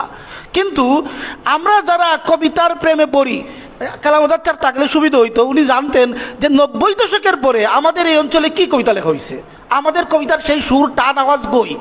আমরা মনে করলাম 1991 সালে যে ডেমোক্রেসি গণতন্ত্র আমাদের এই অঞ্চলে চালু হয়েছে, যেটা প্রচলিত গণতন্ত্রে, তখন দেখলাম বাঙালির হঠাৎ সকল বিদ্রোহ নিস্তেজ হয়ে গেল। এখন দেখেন যে সরকার আছে অথবা দীর্ঘদিন ধরে যে সরকার চলছে, মানুষের ভিতরে কোনো দ্রোহ নাই, বিদ্রোহ নাই, কোনো আকাঙ্ক্ষা নাই, কোনো ধরনের স্পিডই নাই। নিমীয়মান প্রেম এবং কামের কবিতা লিখছে। কাম কি? চটফটানি কাম, অপূর্ণ কাম, হতাশার কাম। আর প্রেম কি? ওই যে হাজার বছর বলে যাওয়া কবির সেই প্রেমের খণ্ডাংশের ক্ষুদ্রাংশের অনুয়াংশ। এইসব কবিতা অনেক লেখা হয়েছে বাংলা ভাষায়। এখন একজন আমাকে খুব করে বলেছিল 90-এর পরে এখন পর্যন্ত যত কবিতা লেখা হয়েছে সব কবিতা একসাথে একত্রিত করে বঙ্গোপসাগরে ফেলে দেই, কি দাঁড়ায়? এমন হতাশার কিন্তু না। এই হতাশা না বলে আমরা একে এম আবদুল্লাহরে পাই, এমন এমন একটা স্বর মাঝে মাঝে তৈরি হয়ে যায় যে আওয়াজগুলো এই প্রচলিত এই যে মিয়মান বা জিমিয়ে পড়া বাংলা কবিতার যে বলিষ্ঠ স্বরকে আমাদের বড় ভাই মুস্তাক ভাই দুই একটা উদাহরণ দিয়েছেন এবং চমৎকার করে নজরুলের সামনে এনে আসলে কি বলেছেন, এখনকার সকল কবিরে বড় একটা ধাক্কা দিয়েছেন। বলেছেন, হে কবি তুমি শুনো, আমার বাংলা ভাষার কবি কি লিখেছে আর তুমি কি করছো, তুমি কি করছো। এই লাইনগুলো শুনাইয়া তিনি আমাকে ধাক্কা দিলেন। এই লাইন তো বাংলা ভাষার লাইন, বাংলার কবির লাইন। বাংলার এক কবি যদি এই লাইন লিখতে পারেন, তুমি তো এই সময়ের কবি, তাকে ছাড়িয়ে যাওয়াই তো ছিল তোমার প্রধান চ্যালেঞ্জ। কিন্তু তুমি তো দ্বারে কাছেই যেতে পারছো না। কারণ আমাদের এই সময়ে আমরা জানি ফিলিস্তিনি কবিতা, আমরা জানি ইউক্রেনের কবিতা এখন সামনে চলে আসছে। তাদের মধ্যে এক ধরনের বিদ্রোহ ভাব আছে। বাঙালি কোথায়, কোনখানে, কোথায় যেন সব পেয়ে যাওয়ার আনন্দে হোক অথবা কোনো সব কিছুর তৃপ্তিতে হোক, একেবারে বিভোর হয়ে চরম অলসতায় ঘুমিয়ে পড়েছে। এই বাঙালির জাগাবে কে? এই বাঙালি যদি না জাগে আর কবিতা যদি বলিষ্ঠ স্বর না তৈরি হয়, কবিতার মধ্যে যদি এই প্রতিবাদী ভাব তৈরি না হয়, তাহলে কি ওই যে রক্ত দিয়ে নাম লিখেছি, বাংলাদেশের নাম, পূর্ব দিগন্তে রক্ত উঠেছে, এই যে আওয়াজগুলো তৈরি হয়েছিল, তৈরি হওয়ার সাথে মানুষের ভিতরের আলোড়ন তৈরি করেছিল। সেই আলোড়ন তাকে এক ধরনের অস্তিত্বের যন্ত্রণা তৈরি করেছিল। আর এই যন্ত্রণায় সে ঘর থেকে বেরিয়ে গিয়েছিলেন বলে এই বীর সৈনিকরা একটা দেশ উপহার দিয়েছিলেন। এত সহজ বিষয় ছিল না। পৃথিবীর সবচেয়ে শক্তিশালী স্থলবাহিনীর বিরুদ্ধে যুদ্ধ করা, যুদ্ধ জয় করা এত সহজ বিষয় ছিল না। আর আমাদের এই আনকুরা, এই আমাদের সাধারণ মানুষ কোন জায়গা থেকে গিয়েছিল কবির কাব্য থেকে প্রেরণা নিয়ে, গান থেকে প্রেরণা নিয়ে এই শক্তিগুলো অর্জন করেছিল বলে তারা কবিতায় ধারণ করেছিল। কালামজাদরা যখন কবিতা লিখতেন, তাদের ওই যৌবনে যে কবিতাগুলো লিখেছিলেন, আচ্ছা আপনারা 60, 70, 80 দশকের কবিতাগুলো আরেকবার পড়েন, মনোযোগ দিয়ে পড়েন। 30-এর পরে যে তারা এই চর্চাটা চালিয়ে গিয়েছিলেন, 30-এর পণ্ডিতদের পরে আর বাংলা কবিতা কই? আমরা যদি 1800 থেকে আধুনিক যুগ ধরি মনে করি, তারপরেও আমরা দেখি 30-এর পরে এই 60-70 দশকের কবি পর্যন্ত এদের আওয়াজই শেষ আওয়াজ। 90-এ যারা লাফাইছিলেন, আজকে বুঝছি যে তারা ভাষা এবং কণ্ঠস্বরকে বদলে দিতে চেয়েছিলেন। ভাষা এবং কণ্ঠস্বরের কিছুই বদলাতে তারা পারেন নাই। তারা হয়তো আর্মি থেকে গণতন্ত্র নিয়ে এসেছিলেন, কিন্তু না, তারপরে বাঙালি চিরদিনের জন্য যা পাইছে বা এখন পর্যন্ত যা আছে বলি, তাতে যে বাঙালির চরম আকাঙ্ক্ষার পরিপূর্ণ হয়েছে তা বলা যায় না। আমি একে এম আবদুল্লাহর কবিতার একজন বক্ত পাঠক। 51 পৃষ্ঠার কবিতাটার 2টা লাইন আপনাদেরকে যদি না শুনাইতে না হয়, তিনি দেখেন লেখছেন, কথাগুলো কান পেতে শুনেছিল একটি শিক্ষিত ডলফিন। তার সাথে চুকুচুকি হতেই সে কথাগুলো কপি করে নিয়ে যায়, তার পেস্ট করে শোনায় নিজস্ব ভঙ্গিতে। তারপরে সমগোত্রী আত্মালির কথা বলছেন। তার উপমা উৎপ্রেক্ষা প্রত্যেকটা কবিতার লাইনে লাইনে দেখেন যে উপমাগুলো ব্যবহার করেছেন বা শব্দগুলো নিয়ে আসছেন, এই শব্দগুলো সচরাচর আমরা বাংলা কবিতায় দেখি না। আমরা যদি ডার্টি বীজ ও আপেল তলার ভালোবাসা কবিতাও লক্ষ্য করি, এটাও সর্বশেষ কবিতা হিসেবে এখানে সংযুক্ত হয়েছে, সেখানে দেখবেন আন্তর্জাতিক চোখগুলো রিলিফের প্যাকেটের মতো চেয়ে থাকে আমাদের দিকে। আন্তর্জাতিক যুগগুলো রিলিফের প্যাকেটের মধ্যে আমাদের গেছে। এই কথাগুলো এত সুন্দর করে এর আগে বাংলা কবিতায় কে বলেছেন? এই যে ব্যাপারগুলো প্রথম আমাকে দড়িয়ে দিয়েছিলেন কবি কালাম আজাদ। আমি আজ অব্দি এই একে আবদুল্লাহর কবিতা দেখলে ওই কবিতাটা সম্পূর্ণ পড়তে হয়, পড়া লাগে। এই যে প্রচলিত ধারণার বিরুদ্ধে, প্রচলিত শব্দ প্রয়োগের বিরুদ্ধে, প্রচলিত ছন্দের জঞ্জানেরি থেকে সেই মধ্যযুগের ছন্দের বাইরে গিয়ে কিছু একটা বলা যে যায়, সেই বলার ধারণ করেছিলেন এ কে এম আবদুল্লাহ। এজন্য বাংলা কবিতায় এ কে এম আবদুল্লাহ গুরুত্বপূর্ণ একজন, এবং তার এই কবিতা, তার এই বই, তার এই কবিতা চর্চা নিশ্চয় বাংলা ভাষাকে ঋদ্ধ করবে, সমৃদ্ধ করবে। আর বাংলা কবিতার একজন পাঠক হিসাবে তার প্রতি আমার অটেল শ্রদ্ধা, ভালোবাসা ও কৃতজ্ঞতা। ধন্যবাদ সবাই।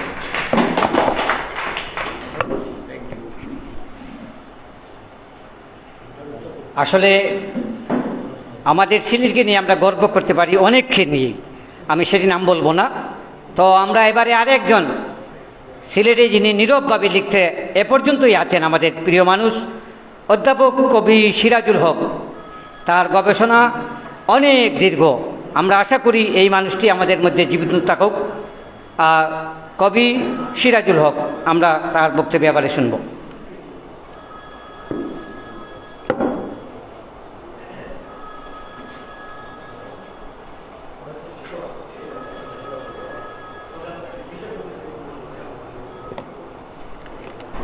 ধন্যবাদ উপস্থাপক। আজকের সভা সম্মানিত সভাপতি, প্রধান অতিথি এবং উপস্থিত সাহিত্যমন্ত্রী বন্ধুরা, প্রধান অতিথি তিনি এখন তার দাঁড়িয়ে তাকে একবারে শিশু বানিয়ে দিয়েছে, একটা শিশুর একটা চলে গেছে। এটা একটা আবদুল্লাহ ইয়ের মতো, আবদুল্লাহ কবিতার উপমার মতো। কারণ আবদুল্লাহ কবিতা আমার কাছে ইংরেজি কবিতাও আসছে। আমি পত্রিকায় যখন আলোচনা দিই তখন আমার কনফিউশন লাগছে যে আমাকে কেউ পাগল বলবে কিনা, কারণ এই কোন জাতের কবিতা পড়ছি, যে এমন এমন কথা আছে আবদুল্লাহর কবিতায় জানে। তো এইভাবে আমি বলতেছি যে ওনার এই শিশু বানিয়ে দিয়েছে দাঁড়িয়ে, এবং নাক মুখ চেহারায়, এটা একটা যাই ভালো থাকেন। যে এই লেখকের কবিতা জুড়ে জুড়ে এটাও একটা সমস্যা হইতে পারে, কারণ এটা আপনার ব্যক্তিগত সমস্যা, এটা নিউরোলজি। এখন আমার অভিযোগ হচ্ছে দেখেন কত দেশপ্রেমিক, কত ধর্মিক মরতেছে, তার কাছে নাই, ব্যবস্থা নাই। বাস্তব যে অস্ত্র ব্যবহার করা হয় সেই এইটার অভাবে হারার মতো আর এত সৃষ্টি হয় না, এত একজন মারা যেতেছে।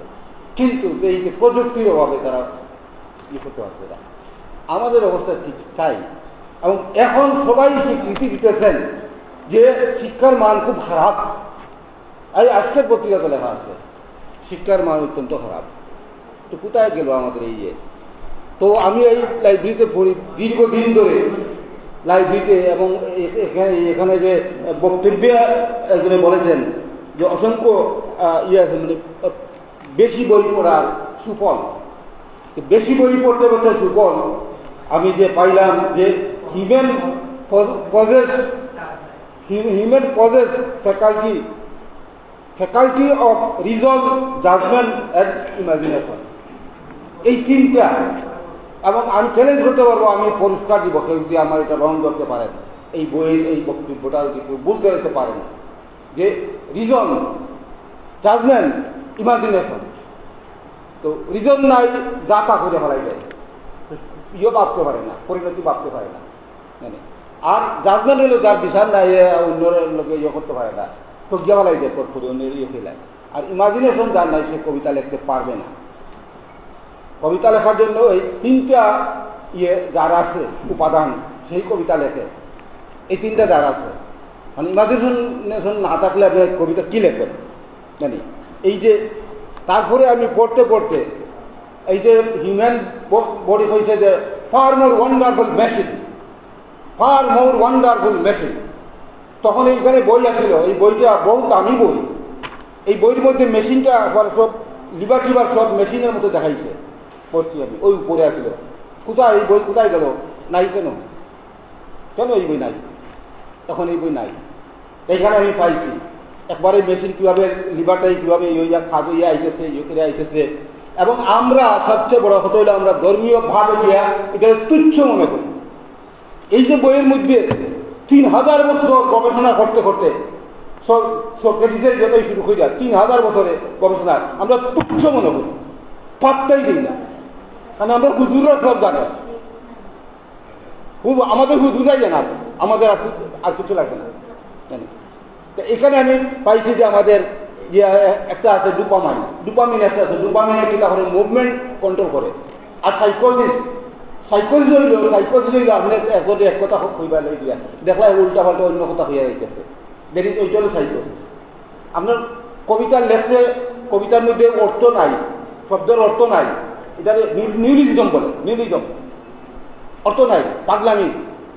আপনি রবীন্দ্রনাথ ঠাকুরের অসংখ্য পড়ে দেখেন, অর্থ নাই এমন শব্দ আপনি পাইবেন না। কবি নজরুলের পড়ে যান, অর্থ নাই, বিদ্রোহী কবিতার সব অর্থ আছে। এর মধ্যে যারা অর্থবিহীন কিন্তু চালাইয়া রেখে চাইছেন, এটা নিউরোলিজম বলে।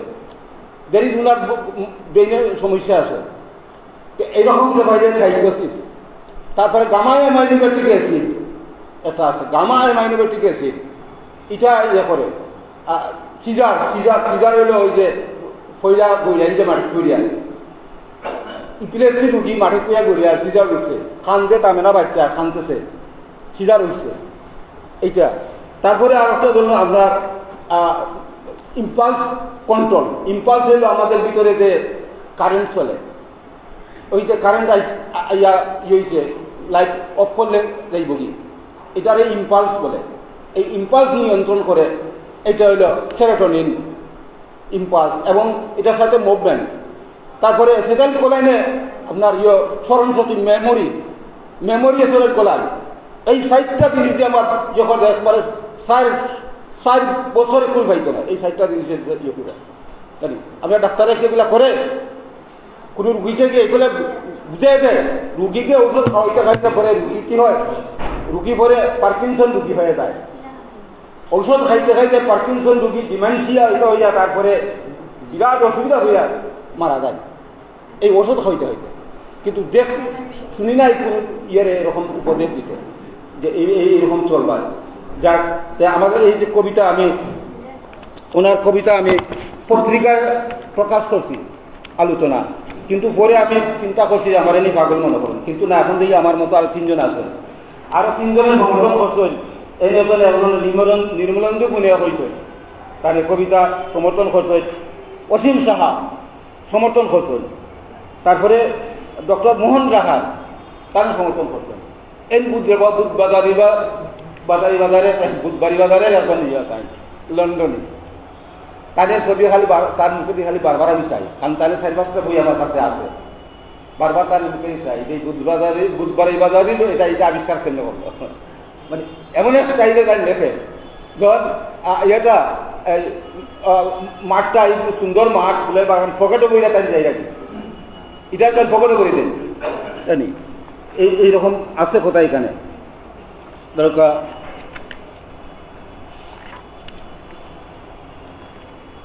হ্যাঁ, আকাশ নতুন 4 জন্ম নিয়েছে।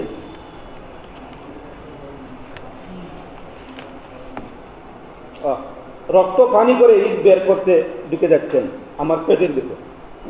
বাবা রক্ত পানি করে মানে পেটের ভিতরে ঢুকে এই জায়গায় ইট দিলে করা লাগে। এই যে কথাটা একদিকে বললে আর একদিকে এটার বুঝানো, এটা কিন্তু সবাই কত% মানুষ আছে এটা বুঝবে। এত ঘুরে এসে চিন্তা করার কত% মানুষ হয়, তাদের জন্য এই কবিতা নাই।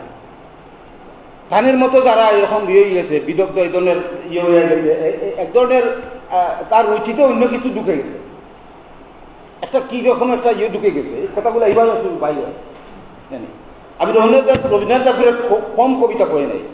186 নম্বর পৃষ্ঠার মধ্যে আছে কাবারের ইয়ে হয়েছেন রবীন্দ্রনাথ ঠাকুরের, কাবা আর ইয়ে গয়ারে ইয়ে হয়েছেন, বুয়া হয়েছেন, বুয়া এটাও আছে।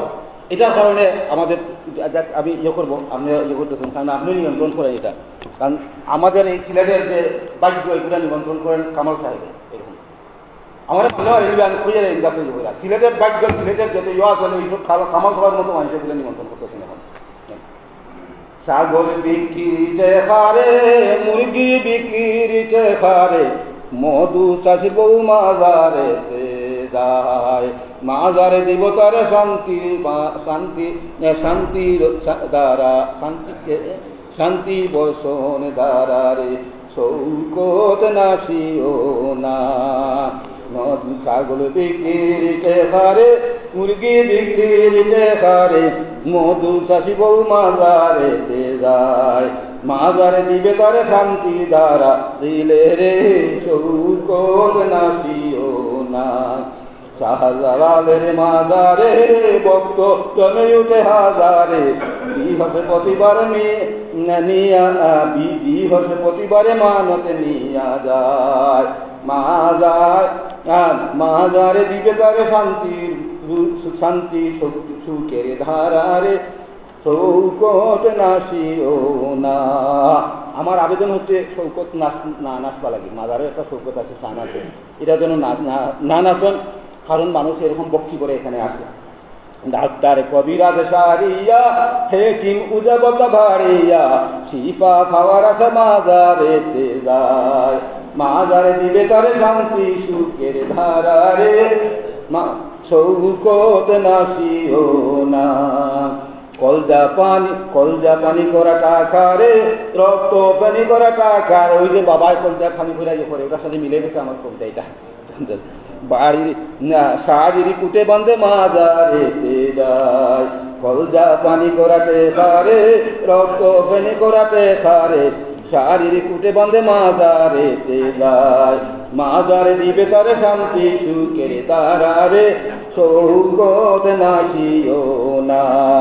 কত শান্তি টিপি পাইয়া রে, কত বাবল গীতি গাইয়া রে, পকেট খালি করে পথের দিকে চায়, কত শান্তি টিপি পাইয়া রে, কত বাবল গীতি গাইয়া রে, পকেট খালি করে পথের দিকে চায়। ধন্যবাদ। আমরা ধরে মাদারের শৌকত নষ্ট না করি। ধন্যবাদ। অসংখ্য ধন্যবাদ। আমরা অনুষ্ঠানের প্রায় শেষ পর্বে আমরা উপনীত হয়েছি।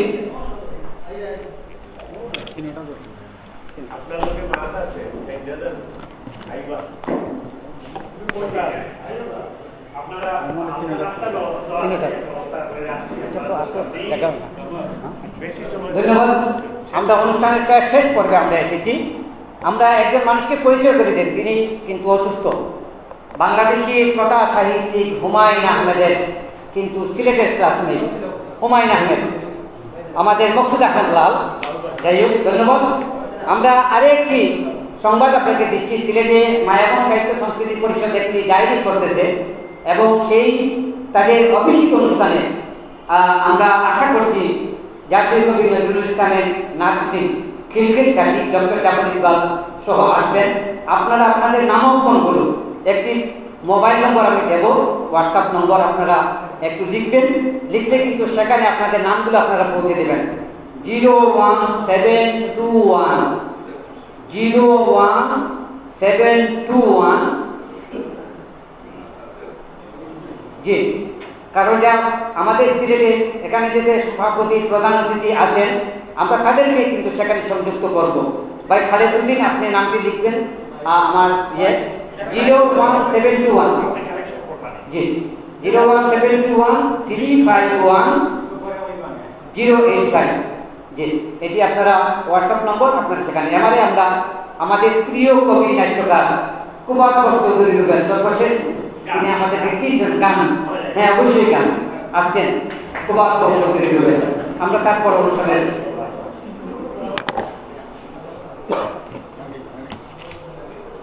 আসসালামু আলাইকুম।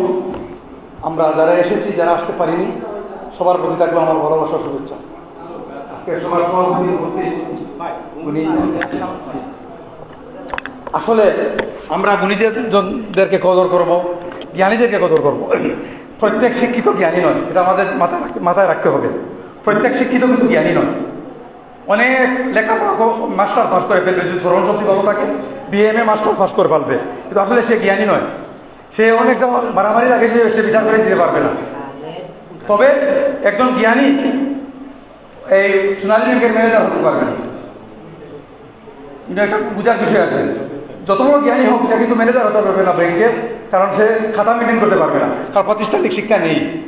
তো জ্ঞান এমন এক জিনিস। আমাদের এই দক্ষিণগঞ্জে একজন মানুষ ছিল, উনি মারা গেছেন, লেখাপড়া 3 পর্যন্ত, কিন্তু দক্ষিণগঞ্জের উকিলরা আসতো, মানে অ্যাডভোকেটরা আসতো ওনার কাছে পরামর্শ নেওয়ার জন্য, কীভাবে রায়টা কীভাবে কথা বলতে হবে সে বলে দিত। তার লেখাপড়া মাত্র 3 পর্যন্ত। যার ধরুন জ্ঞানীদেরকে আমার কত করতে হবে। আমি একদিন বলেছি যোগে এই নাম কি আফতাব চৌধুরীকে, বললাম যে আপনি আমের ভিটামিন আর কাঁঠালের ভিটামিন এইসব না লেখে অনেক জরুরি লেখা আছে, এগুলো লেখে না। আমের ভিটামিন আর কাঁঠালের ভিটামিন ডাক্তাররা বলছে, সবার জানা আছে কাঁঠালের ভিটামিন কতটুকু, আমের ভিটামিন কতটুকু। আপনি এইসব না লেখে আপনি বেশি লিখবেন দেশের রাষ্ট্রের সমস্যা দেখবেন। যেমন ফুটপাতে হাঁটার সময় আসতে দেখা যায় সিলভার নাই, আপনি হেঁটে হেঁটে যাচ্ছেন আসলে দেখবেন সিলভার বাঙ্গা নাই। এখন যদি এখন মানুষ ফোন করে চলে যায়, বর্তমান প্রজন্ম যারা এরা আধারটা হার ফোন করে আবার অন্যদিকে খাচ্ছে, যদি করে হাত পা ভেঙে দেয়, এইসব করে লিখবেন আপনি। আমের ভিটামিন আর জামের ভিটামিন খালি এইসব থেকে ইকোনমিক্স হয়ে লাভ নেই। আচ্ছা, আপনারা বলছেন আমার গানের অনুরোধ করে, আমি একটা গান বলবেন শুনলাম।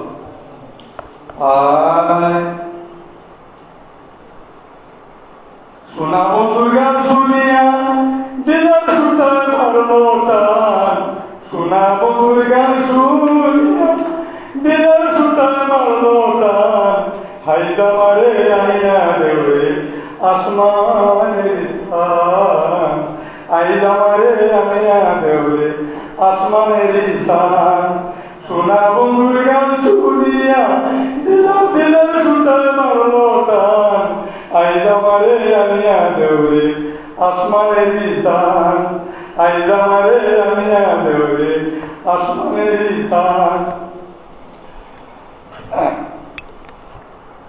মন্দিরার ওই টুন্নুর ডান্নুর বেলার হেসিটান, মন্দিরার ওই টুন্নুর ডান্নুর বেলার হেসিটান, ধুলো খেলে জায়গা টুকায় উড়াইল মনপান, আইদা মারে আইয়া দেবে আসমানের স্থান, আইদা মারে আইয়া দেবে আসমানের স্থান।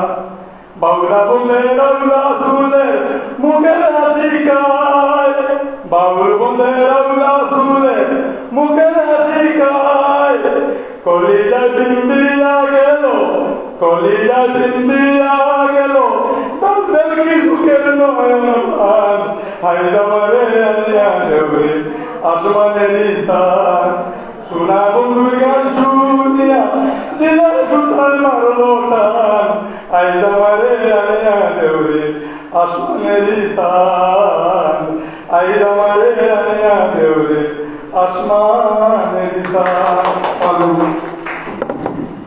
ধন্যবাদ। আমরা অনুষ্ঠানের প্রায় শেষ পর্বে এসে পৌঁছেছি। আজকের এই অনুষ্ঠানের আলোচনা পর্বে প্রধান অতিথির বক্তব্য নিয়ে আসছেন সিলেটি দেশের বিশিষ্ট শিক্ষাবিদ অধ্যক্ষ কবি কালাম আজাদ, অধ্যক্ষ কবি কালাম আজাদ।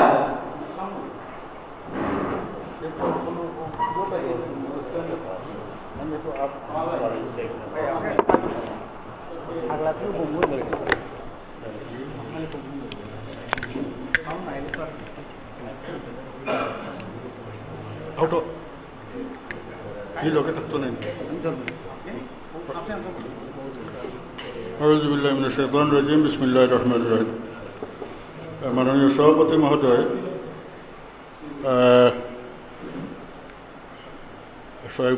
উপস্থিত সুধীবৃন্দ, আমি আসলে আমার ভাই প্রফেসর সিরাজ সাহেব ওই যে একটা রোগের কথা বলছেন ডাইমেনশিয়া, ওইটার আক্রান্ত প্রবল রকমের।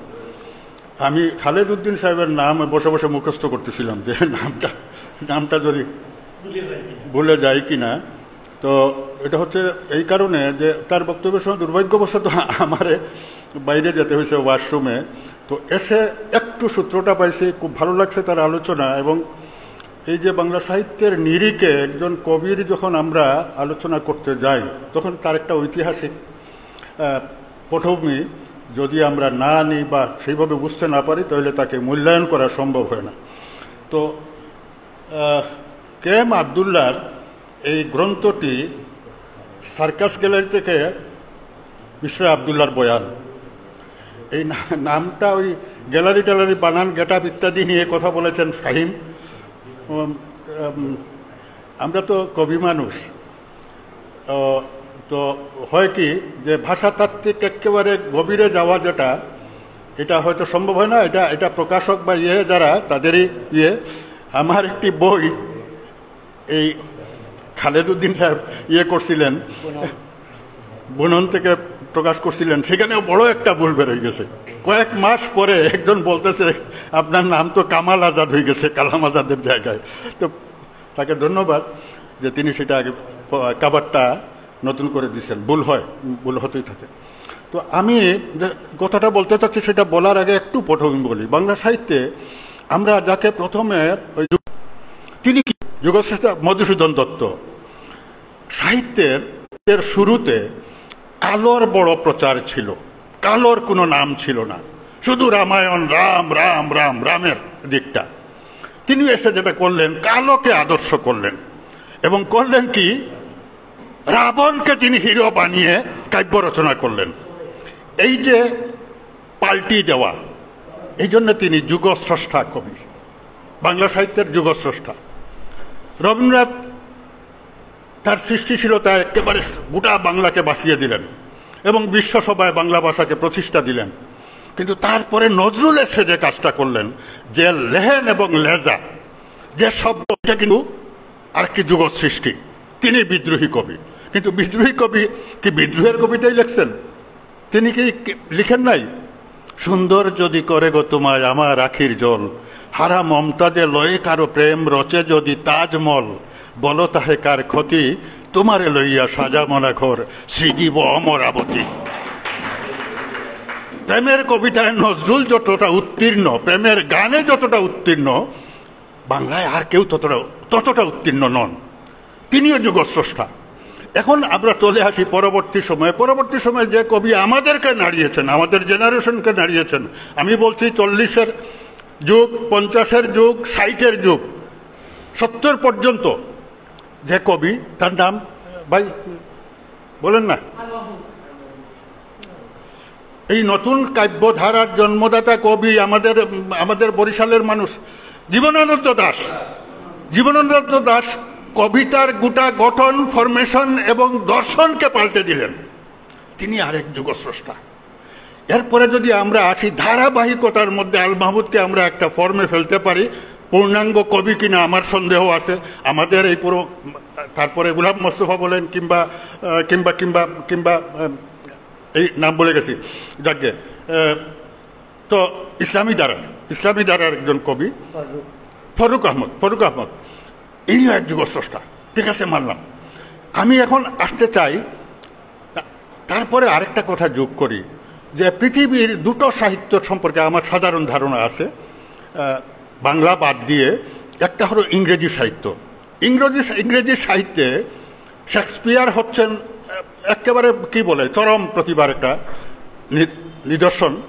তো তিনি ওই সাহিত্যে ইংরেজি ভাষায় 4000 নতুন শব্দ দিয়েছেন এবং এর মাধ্যমে পৃথিবীকে প্লাবিত করেছেন এবং ইংরেজ সভ্যতাকে সারা পৃথিবীর কাছে তিনি এরা সাম্রাজ্য প্রতিষ্ঠা করেছে পলিটিক্যালি, কিন্তু মানসিক যে সাম্রাজ্য প্রতিষ্ঠা করেছে সেটা করেছে শেক্সপিয়ারের মাধ্যমে। আমরা উর্দু সাহিত্য যেটাকে বলি, এই উর্দু সাহিত্যের পুরনো যে নামটা, ভাই মুস্তাক একটু কি তোমার শোনার দরকার নাই, তুমি গান দিয়েই দুনিয়া বাসাবে। কুবাদকে বলছি, মুস্তাককে বলছি ভাই, যে এই যে উর্দু সাহিত্য, এটার উর্দু নামও ছিল না, দেহলভি ভাষা, দিল্লির ভাষা। দুজন কবি এই ভাষাটাকে ভারতের জাতীয় ভাষা বানাই ফেলেছেন। একজনের নাম গালিব, মির্জা আসাদুল্লাহ গালিব, আর আরেকজনের নাম ওই যে দিল্লির শেষ বাদশাহ বাহাদুর শাহ জাফর। এই দুইজনের কবিতার মাধ্যমে এই উর্দু ভাষাটা ভারতের জাতীয় একটা ভাষায় রূপান্তরিত হলো। তো এখানে ওই গালিবের কথা বলতেছি, গালিবের কবিতার সমালোচনা করে একজন কবিতা লিখলেন,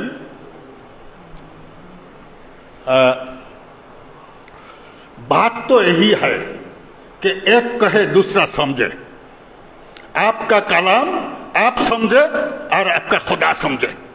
কথা তো হচ্ছে এটি যে একজন বলবে আরেকজন বুঝবে, তোমার কথা বাবা তুমি বুঝো আর তোমার খোদা বুঝে, অর্থাৎ দুর্বুদ্ধ। সাহিত্যের কবিদের উপরে যে কথাটা ম্যাক্সিমাম ব্যবহৃত হয় দুর্বুদ্ধ কবিতা, দুর্বুদ্ধ কবিতা। এবং আমার ভাই খালেদ উদ্দিন সাহিত্যের কবিদের সম্পর্কে কিছু জানি বলছেন, এটা একটা চেঞ্জিং টাইম এবং একটা প্রসব বেদনার সময়কাল। সুতরাং কবিরা ভূমিকা পালন করেছেন এই বাংলাদেশের প্রেক্ষাপটে। তো আমি সিলেটে চলে আসতেছি। সিলেটে আমাদের মানে কবি যারা আমাদের ইয়ের ধারক, তাদের মধ্যে আমরা হাসন রাজার নাম বলি, আমরা রাধারণ রমন দত্তের নাম বলি, আমরা শীতালন স্যার বলি, আমরা তসনা সাহেবের কথা বলি। এরা কিন্তু বৃত্তি রচনা করেছেন, কিন্তু সেই ধারায় সমস্ত বিশ্বে প্রতিষ্ঠা লাভ করলেন যিনি, তিনি কিন্তু আমাদের যুগে এসে আব্দুল করিম শাহ, আধুনিক বাংলা সাহিত্যের যিনি পিলার কবি। আমি সিলেটে প্রথম কবি বলছি স্বীকৃত বাংলা সাহিত্যে, তিনি হচ্ছেন দিলওয়ার, আমাদের দিলওয়ার। দিলওয়ার আধুনিক সাহিত্যের পত্তনকারী এখানে। এখন 2 নম্বর কে সিলেটে, যদি এখন আসি 90-এর ইয়েতে, তাহলে আমরা এই যে খালেদ উদ্দিন, তারপরে শিউল মঞ্জুর, এরপরে আপনার ওই ফকির ইলিয়াস ইত্যাদি ইত্যাদি অনেকে, আমার মুকুল চৌধুরী, এই যে একটা শ্রেণী, রাগিব হোসেন চৌধুরী, তারা কিন্তু একটি ধারা, পত্তন করা একটি ধারার কবি সবাই। কিন্তু আমার দুর্ভাগ্য, মাত্র গেল বছরে কয়েক মাস আগে আমি একটা কবির নাম দেখলাম, তার একটা বই পাইলাম, সার্কাস গ্যালারি থেকে মিস্টার আবদুল্লাহর বয়ান। এই যে নামটা, সার্কাস গ্যালারি থেকে মিস্টার আবদুল্লাহর বয়ান, এটা কোনো কবিতার নাম হতে পারে আমি কোনোদিন কল্পনাও করিনি। নাম থেকে আমার যেটা মনে হয়েছে যে এই লোকটা কোনো একটা ধারা বিবরণী, রানিং কমেন্ট্রি দিচ্ছে সার্কাসের, সম্ভবত এইটা।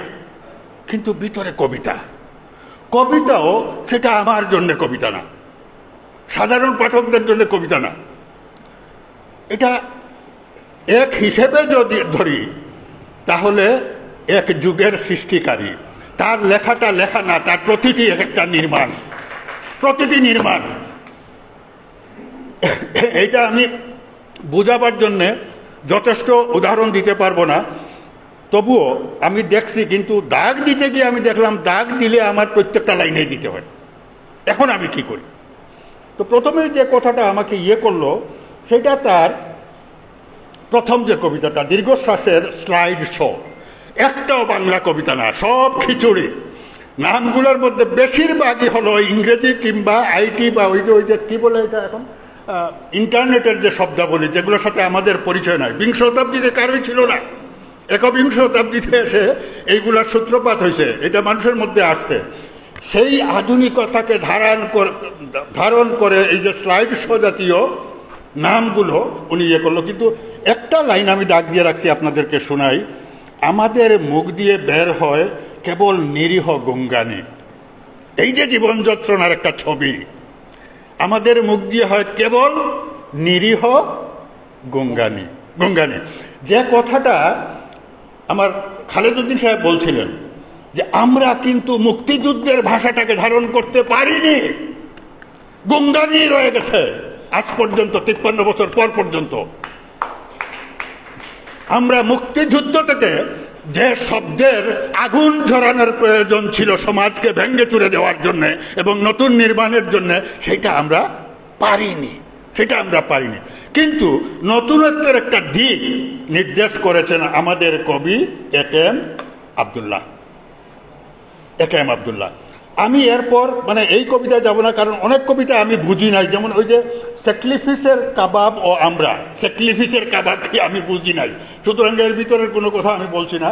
আমি পূর্ণিমা সুন্দরী ও কিউআর কোড বুঝি নাই। তারপরে ভিতরে একটা লাইন, ভিতরে না একবারে শুরুতে একটা লাইন আমাকে চমকে দিয়েছে, সেটা হলো সিক্রেট গোয়েন্দা সংস্থা ডাউনলোড করা দেহ নিয়েই আমরা ভূমিষ্ঠ হই। আর আমাদের মুষ্টিবদ্ধ হাতের ভিতর ধরিয়ে দেওয়া হয় মৃত্যুর গ্যারান্টি। আমাদের প্রেক্ষাপটে শুধু নয়, এই যে সাম্রাজ্যবাদ, উপনিবেশবাদের শেষ ধাপটা কি? অর্থনৈতিক যে পুঁজিবাদ, সেই পুঁজিবাদের রাজত্বের কাছে ইউরোপ, আমেরিকা এবং বাংলা এবং ভারত সব জায়গার মানুষ কিন্তু তার হাতে একটা মাত্র জিনিসই আছে, মৃত্যুর গ্যারান্টি। জন্ম থেকে তার হাতে ধরিয়ে দেওয়া হয়েছে মৃত্যুর গ্যারান্টি। বড় সীমাবদ্ধ জীব আমরা কেউ চাতালটাকে ভাঙতে পারতেছি না। এই যে তার অনুধাবন, তার গোটা কবিতার থেকে এই শব্দগুলো আমার অর্থে ব্যবহৃত কিনা, কিন্তু আমি যে এই অর্থটা নিয়েছি, এই ছবিটাই তো এঁকে দিয়েছে একটা লাইনের মধ্যে। না এখানে ছন্দ নাই, গন্ধ নাই, কিচ্ছু নাই, কিন্তু শব্দের মাধ্যমে এই কথাগুলো বলেছেন উনি। আমি কিন্তু দ্বিরুক্তি করতেছি। তো এইভাবে যদি বিবেচনা করি, গোটা গ্রন্থটির মধ্যে আমি যা পাই, নিপীড়িত মানবতা একদিকে, আমাদের ব্যক্তি জীবনের যে টানা পোড়েন নয়, একদম নিষ্পেষণ, এবং সেইখান থেকে উৎপাদিত আমাদের যে বুধ, সেই বুধটা একটা কবিতার শেষে দেখলাম যে আমার ফিউচার হচ্ছে কনফিউজড, আমরা সবাই কনফিউজড। এই যে তো আমি বলছি বাংলা সাহিত্যের আধুনিক কবিতার আমাদের এইখানে প্রথম পুরুষ সিলেটে দিলওয়ার, উত্তরাধুনিক কবিতার সিলেটের জনক হচ্ছে A.K.M. আব্দুল্লাহ। উত্তরাধুনিক কবিতার এখানে কোনো আদর্শের প্রচার নাই, কোনো বিরোধ নাই, যেটুকু আছে জীবনকে উপভোগ করা এবং তার যন্ত্রণাটাকে কবিতা করে ফেলা, কবিতায় নির্মাণ বেঁধে দেওয়া, এই কাজটা এই লোকটি করেছেন। এই জন্য আমি বলছি যে ইনি সিলেটে বাংলা সাহিত্যের নতুন একটি ধারা অনুকরণ করা যায় না। আমি কিন্তু তার কবিতা করে অনুকরণ করার চেষ্টা করছি, আমি ব্যর্থ হয়েছি। সুতরাং আমি বলছি যে কেউ নিজের স্বকীয়তা হারাবেন না, অনুকরণ করার চেষ্টা করবেন না, এটা পারা যাবে না। আল্লাহ তাকে এটা দিয়েছেন, কিন্তু বয়স তো 50-এর মতো বা উপরে হবে ওনার। আমাদের দুর্ভাগ্য, আমি 77 বছর বয়সে এসেও এই কৃতি সন্তানটাকে, এই মানুষটাকে আমি এখনো জানি না, চিনি না। কিন্তু আমাদের সৌভাগ্য, শফিকুর রহমান চৌধুরী বলে আমাদের সিলেটের কালো মানিকটা আমাদেরকে অন্তত এই লোকটার সাথে পরিচয় করিয়ে দিয়েছেন। আমি এই ইদিয়াত শব্দ নিয়ে খুব ইয়েতেছিলাম, পরে দেখলাম যে ঈদ বিষয়ক তার 5-6টা কবিতা আছে। এটা ঈদের যে আমাদের যন্ত্রণা, যাদের আছে তাদেরও যন্ত্রণা। কিন্তু তিনি যখন বলেন যে আমি যখন ঈদ করি, তার গ্রামের কথা বলে বাচ্চা বাড়িতে, তখন সেইখানে এই সিলেটের বিভিন্ন বাজারের নাম যে মার্কেট করে, তারপরে আমাদের ঈদের বাজারটা হয়ে যায় জিন্দা বাজার, হয়ে যায় কি যেন মধুবন, অমুক তমুক, এই সমস্ত জায়গাগুলো আমাদের ঈদগায় জড়ো হয়ে যায়, হয়ে যায়। তো এটার কারণ কি এই কথাটা বলার? এই কারণটা হলো যে আমরা সামগ্রিকভাবে নগরায়নের শিকার হয়ে গেছি। আমরা এখন আর আমাদের সেই গ্রামীণ সভ্যতার উত্তরাধিকারী নই। আচ্ছা, এখন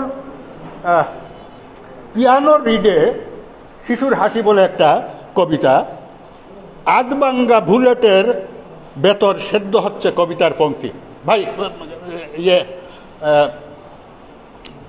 কবি আপনি একটু খেয়াল করেন যে খালেদুদ্দিন সাহেব, আধবাঙ্গা বুলেটের ভেতর সেদ্ধ হচ্ছে কবিতার পংক্তি। মাই গুডনেস, এই যে ভাষা নিয়ে, শব্দ নিয়ে এইভাবে ঢুকে যাওয়া।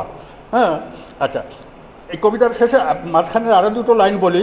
আমরা বাঙ্গা বিল্ডিং এর ভেতর সাদা পালক জমা করছি। ভাঙ্গা বিল্ডিং এর ভিতর সাদা পালক, অর্থাৎ শান্তি জপতেছে, কিন্তু বিল্ডিংটা ভাঙ্গা। এখানে কিন্তু নির্মাণ হবে না, নির্মাণ হবে না। একটা ছবি।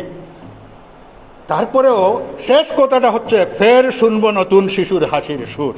তারপরেও স্বপ্ন থাকে, মানুষ হলে স্বপ্ন থাকে। এই জন্য শেষ লাইনটা হচ্ছে, পিয়ানো রিডে ফের শুনবো আমরা নতুন শিশুর হাসির সুর, হাসির সুর।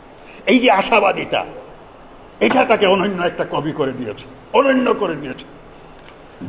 দেখেন, আমি আগেই বলছি যে আমি অনেক শব্দের অর্থ বুঝি। ট্যাগ হোল্ডার ক্লিপে কিছু সময়, সেখান থেকে একটা লাইন আপনাদের শোনাই। আধার নামলেই তো হাত পালিয়ে যায় হাতের খুঁজে, আধার নামলেই তো হাত পালিয়ে যায় হাতের খুঁজে।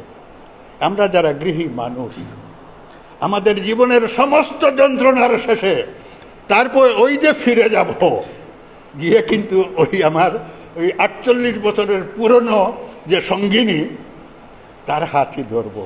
আমাদের হাত শেষ পর্যন্ত ওই যে মানবিক প্রেম, সেখানে আমাদের সমর্পণ, সেখানে আমাদের শান্তি, সেখানে আমাদের ইয়ে। আরো দুই একটা বলবো না, দুই একটা লাইন। লাল পালকের দৃশ্য আসাতে পারবো না। আমি যে লাইনটা বলছিলাম সেটা আগে বলি। ওই লি নদীর অ্যাঙ্কর থেকে তার একটা কবিতা এখানে আছে, পুরোটা বলছি না, আমি শেষের 1-2 লাইন বলবো। লি নদীটাকে আমার মনে হয়েছে এটা সুরমা কুশিয়ারা। লি একটা প্রসিদ্ধ নদী ইংল্যান্ডের, কিন্তু তার শেষে এখন অ্যাঙ্কর আর আমার পাশ দিয়ে হেঁটে যাচ্ছে কনফিউজড ফিউচার, ভবিষ্যৎ, কনফিউজড ভবিষ্যৎ।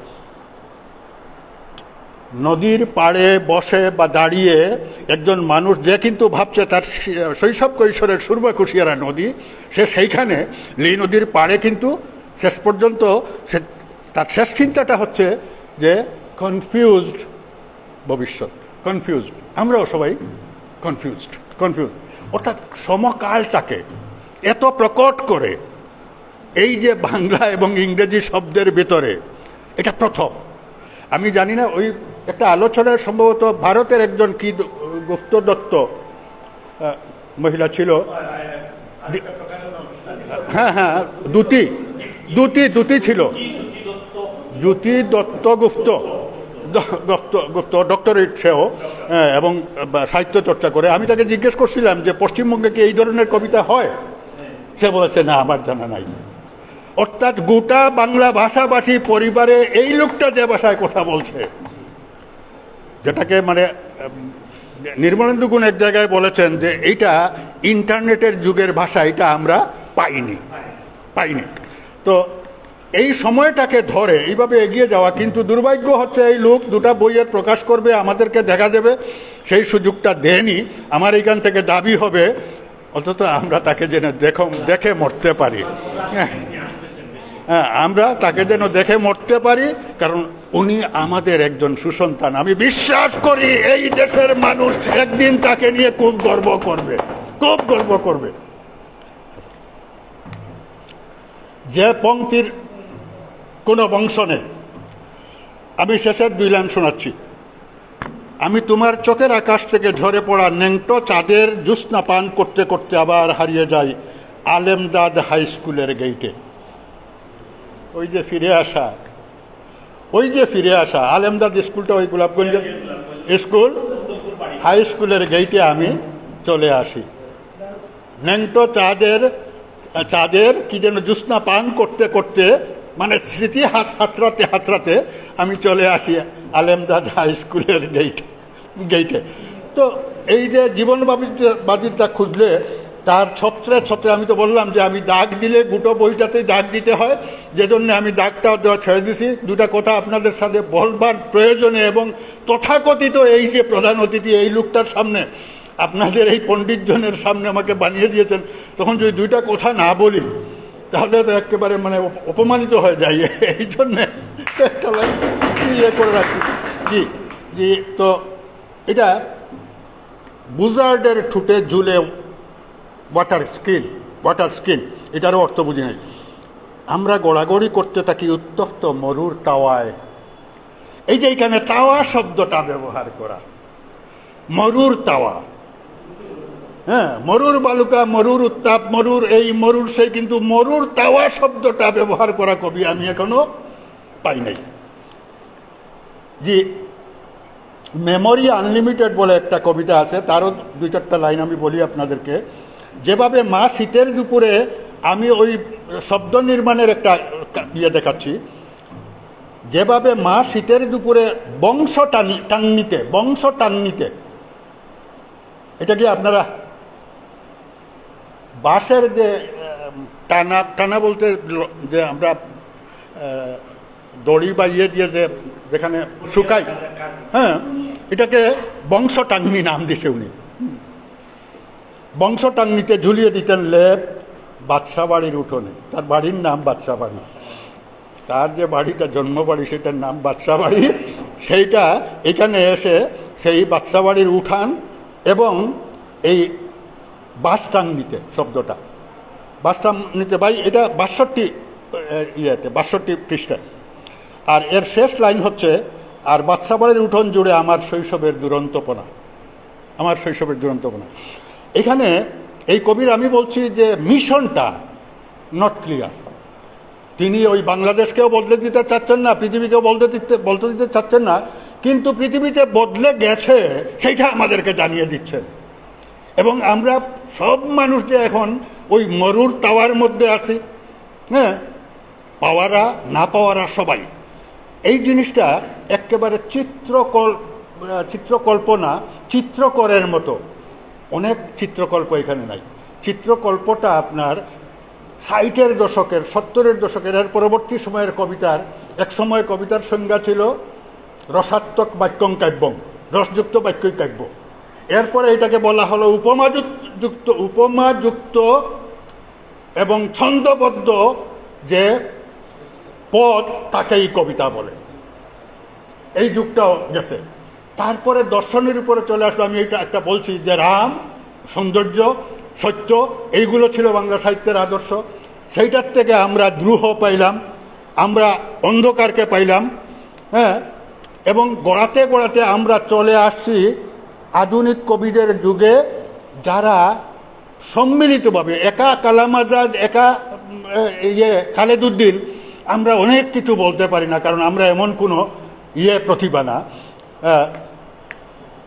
এই আমি বলছি যে আমরা যুগস্রষ্টা না, কিন্তু আমরা সব মিলে একটা যুগ সৃষ্টি করে চলেছি। অর্থাৎ অন্তত আমাদের যুগের ছবিটা আমরা আঁকতে চেষ্টা করতেছি। ইতিহাস আমাদেরকে রাখুক না রাখুক, ফেলে দিক। কিন্তু আমি বলছি যে সার্কাস গ্যালারি থেকে মিস্টার আবদুল্লাহর বয়ানের যে আবদুল্লাহ, উনি যদি কলম রাখে হাতে, তাহলে কিন্তু তার একটি যুগ, একটি অনুসারী দল, কিছু মানুষ সে সৃষ্টি করতে পারবে। আমরা এই কবির শতায়ু কামনা করি, তার সাফল্য কামনা করি। শুধু তার আর্থিক সাফল্য নয়, আমরা চাই তার জগৎ জোড়া সুনাম হোক, বাংলা ভাষাভাষী সকল মানুষের কাছে তার ওই খিচুড়ি কবিতা পৌঁছাক এবং সবাই তার কবিতাটা বুঝুক। যদিও মনে রাখতে পারবে না, এই কবিতা মনে রাখা বড় দুষ্কর হবে, কঠিন হবে, কিন্তু তারপরেও যদি হৃদ্য মন নিয়ে কেউ তার কবিতা পড়ে, তাহলে সে আনন্দ পাবে, আর সেই আনন্দ সে বিলাতেও পারবে। আমি আমার নাতি নাতনিদের সাথে তার কবিতার গল্প করি। আসসালামু আলাইকুম ওয়া রাহমাতুল্লাহি ওয়া বারাকাতুহু। অসংখ্য ধন্যবাদ। আমরা আজকের অনুষ্ঠানের প্রধান অতিথির বক্তব্য আমরা শুনছিলাম, আমরা বিশদ আলোচনা। আমার খুব ভয় লাগে যারা শিক্ষক, তারা কিন্তু যখন দাঁড়িয়ে যান ডায়াসে, তখন কিন্তু তারা নামেন না। এর মধ্যে থেকে অন্যতম বাংলাদেশের মধ্যে কবি কালাম আজাদ। আজকের অনুষ্ঠানের আমরা সভাপতির বক্তব্য শুনব। বিশিষ্ট যুদ্ধাহত বীর মুক্তিযোদ্ধা, আমার প্রিয় মানুষ সিলেটের এম এ মালেক খানকে তার সভাপতির বক্তব্য নিয়ে আসার জন্য সবিনয় আবেদন জানাচ্ছি।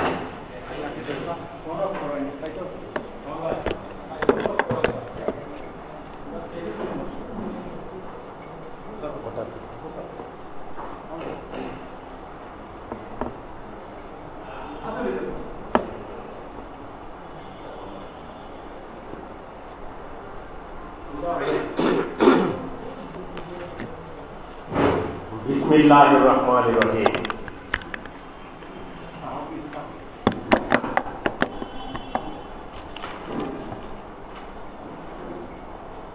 সভাপতির বক্তব্য, এই বলেই আমার বক্তব্য শেষ করলাম বলে অনুষ্ঠানের সমাপ্তি ঘোষণা করলাম।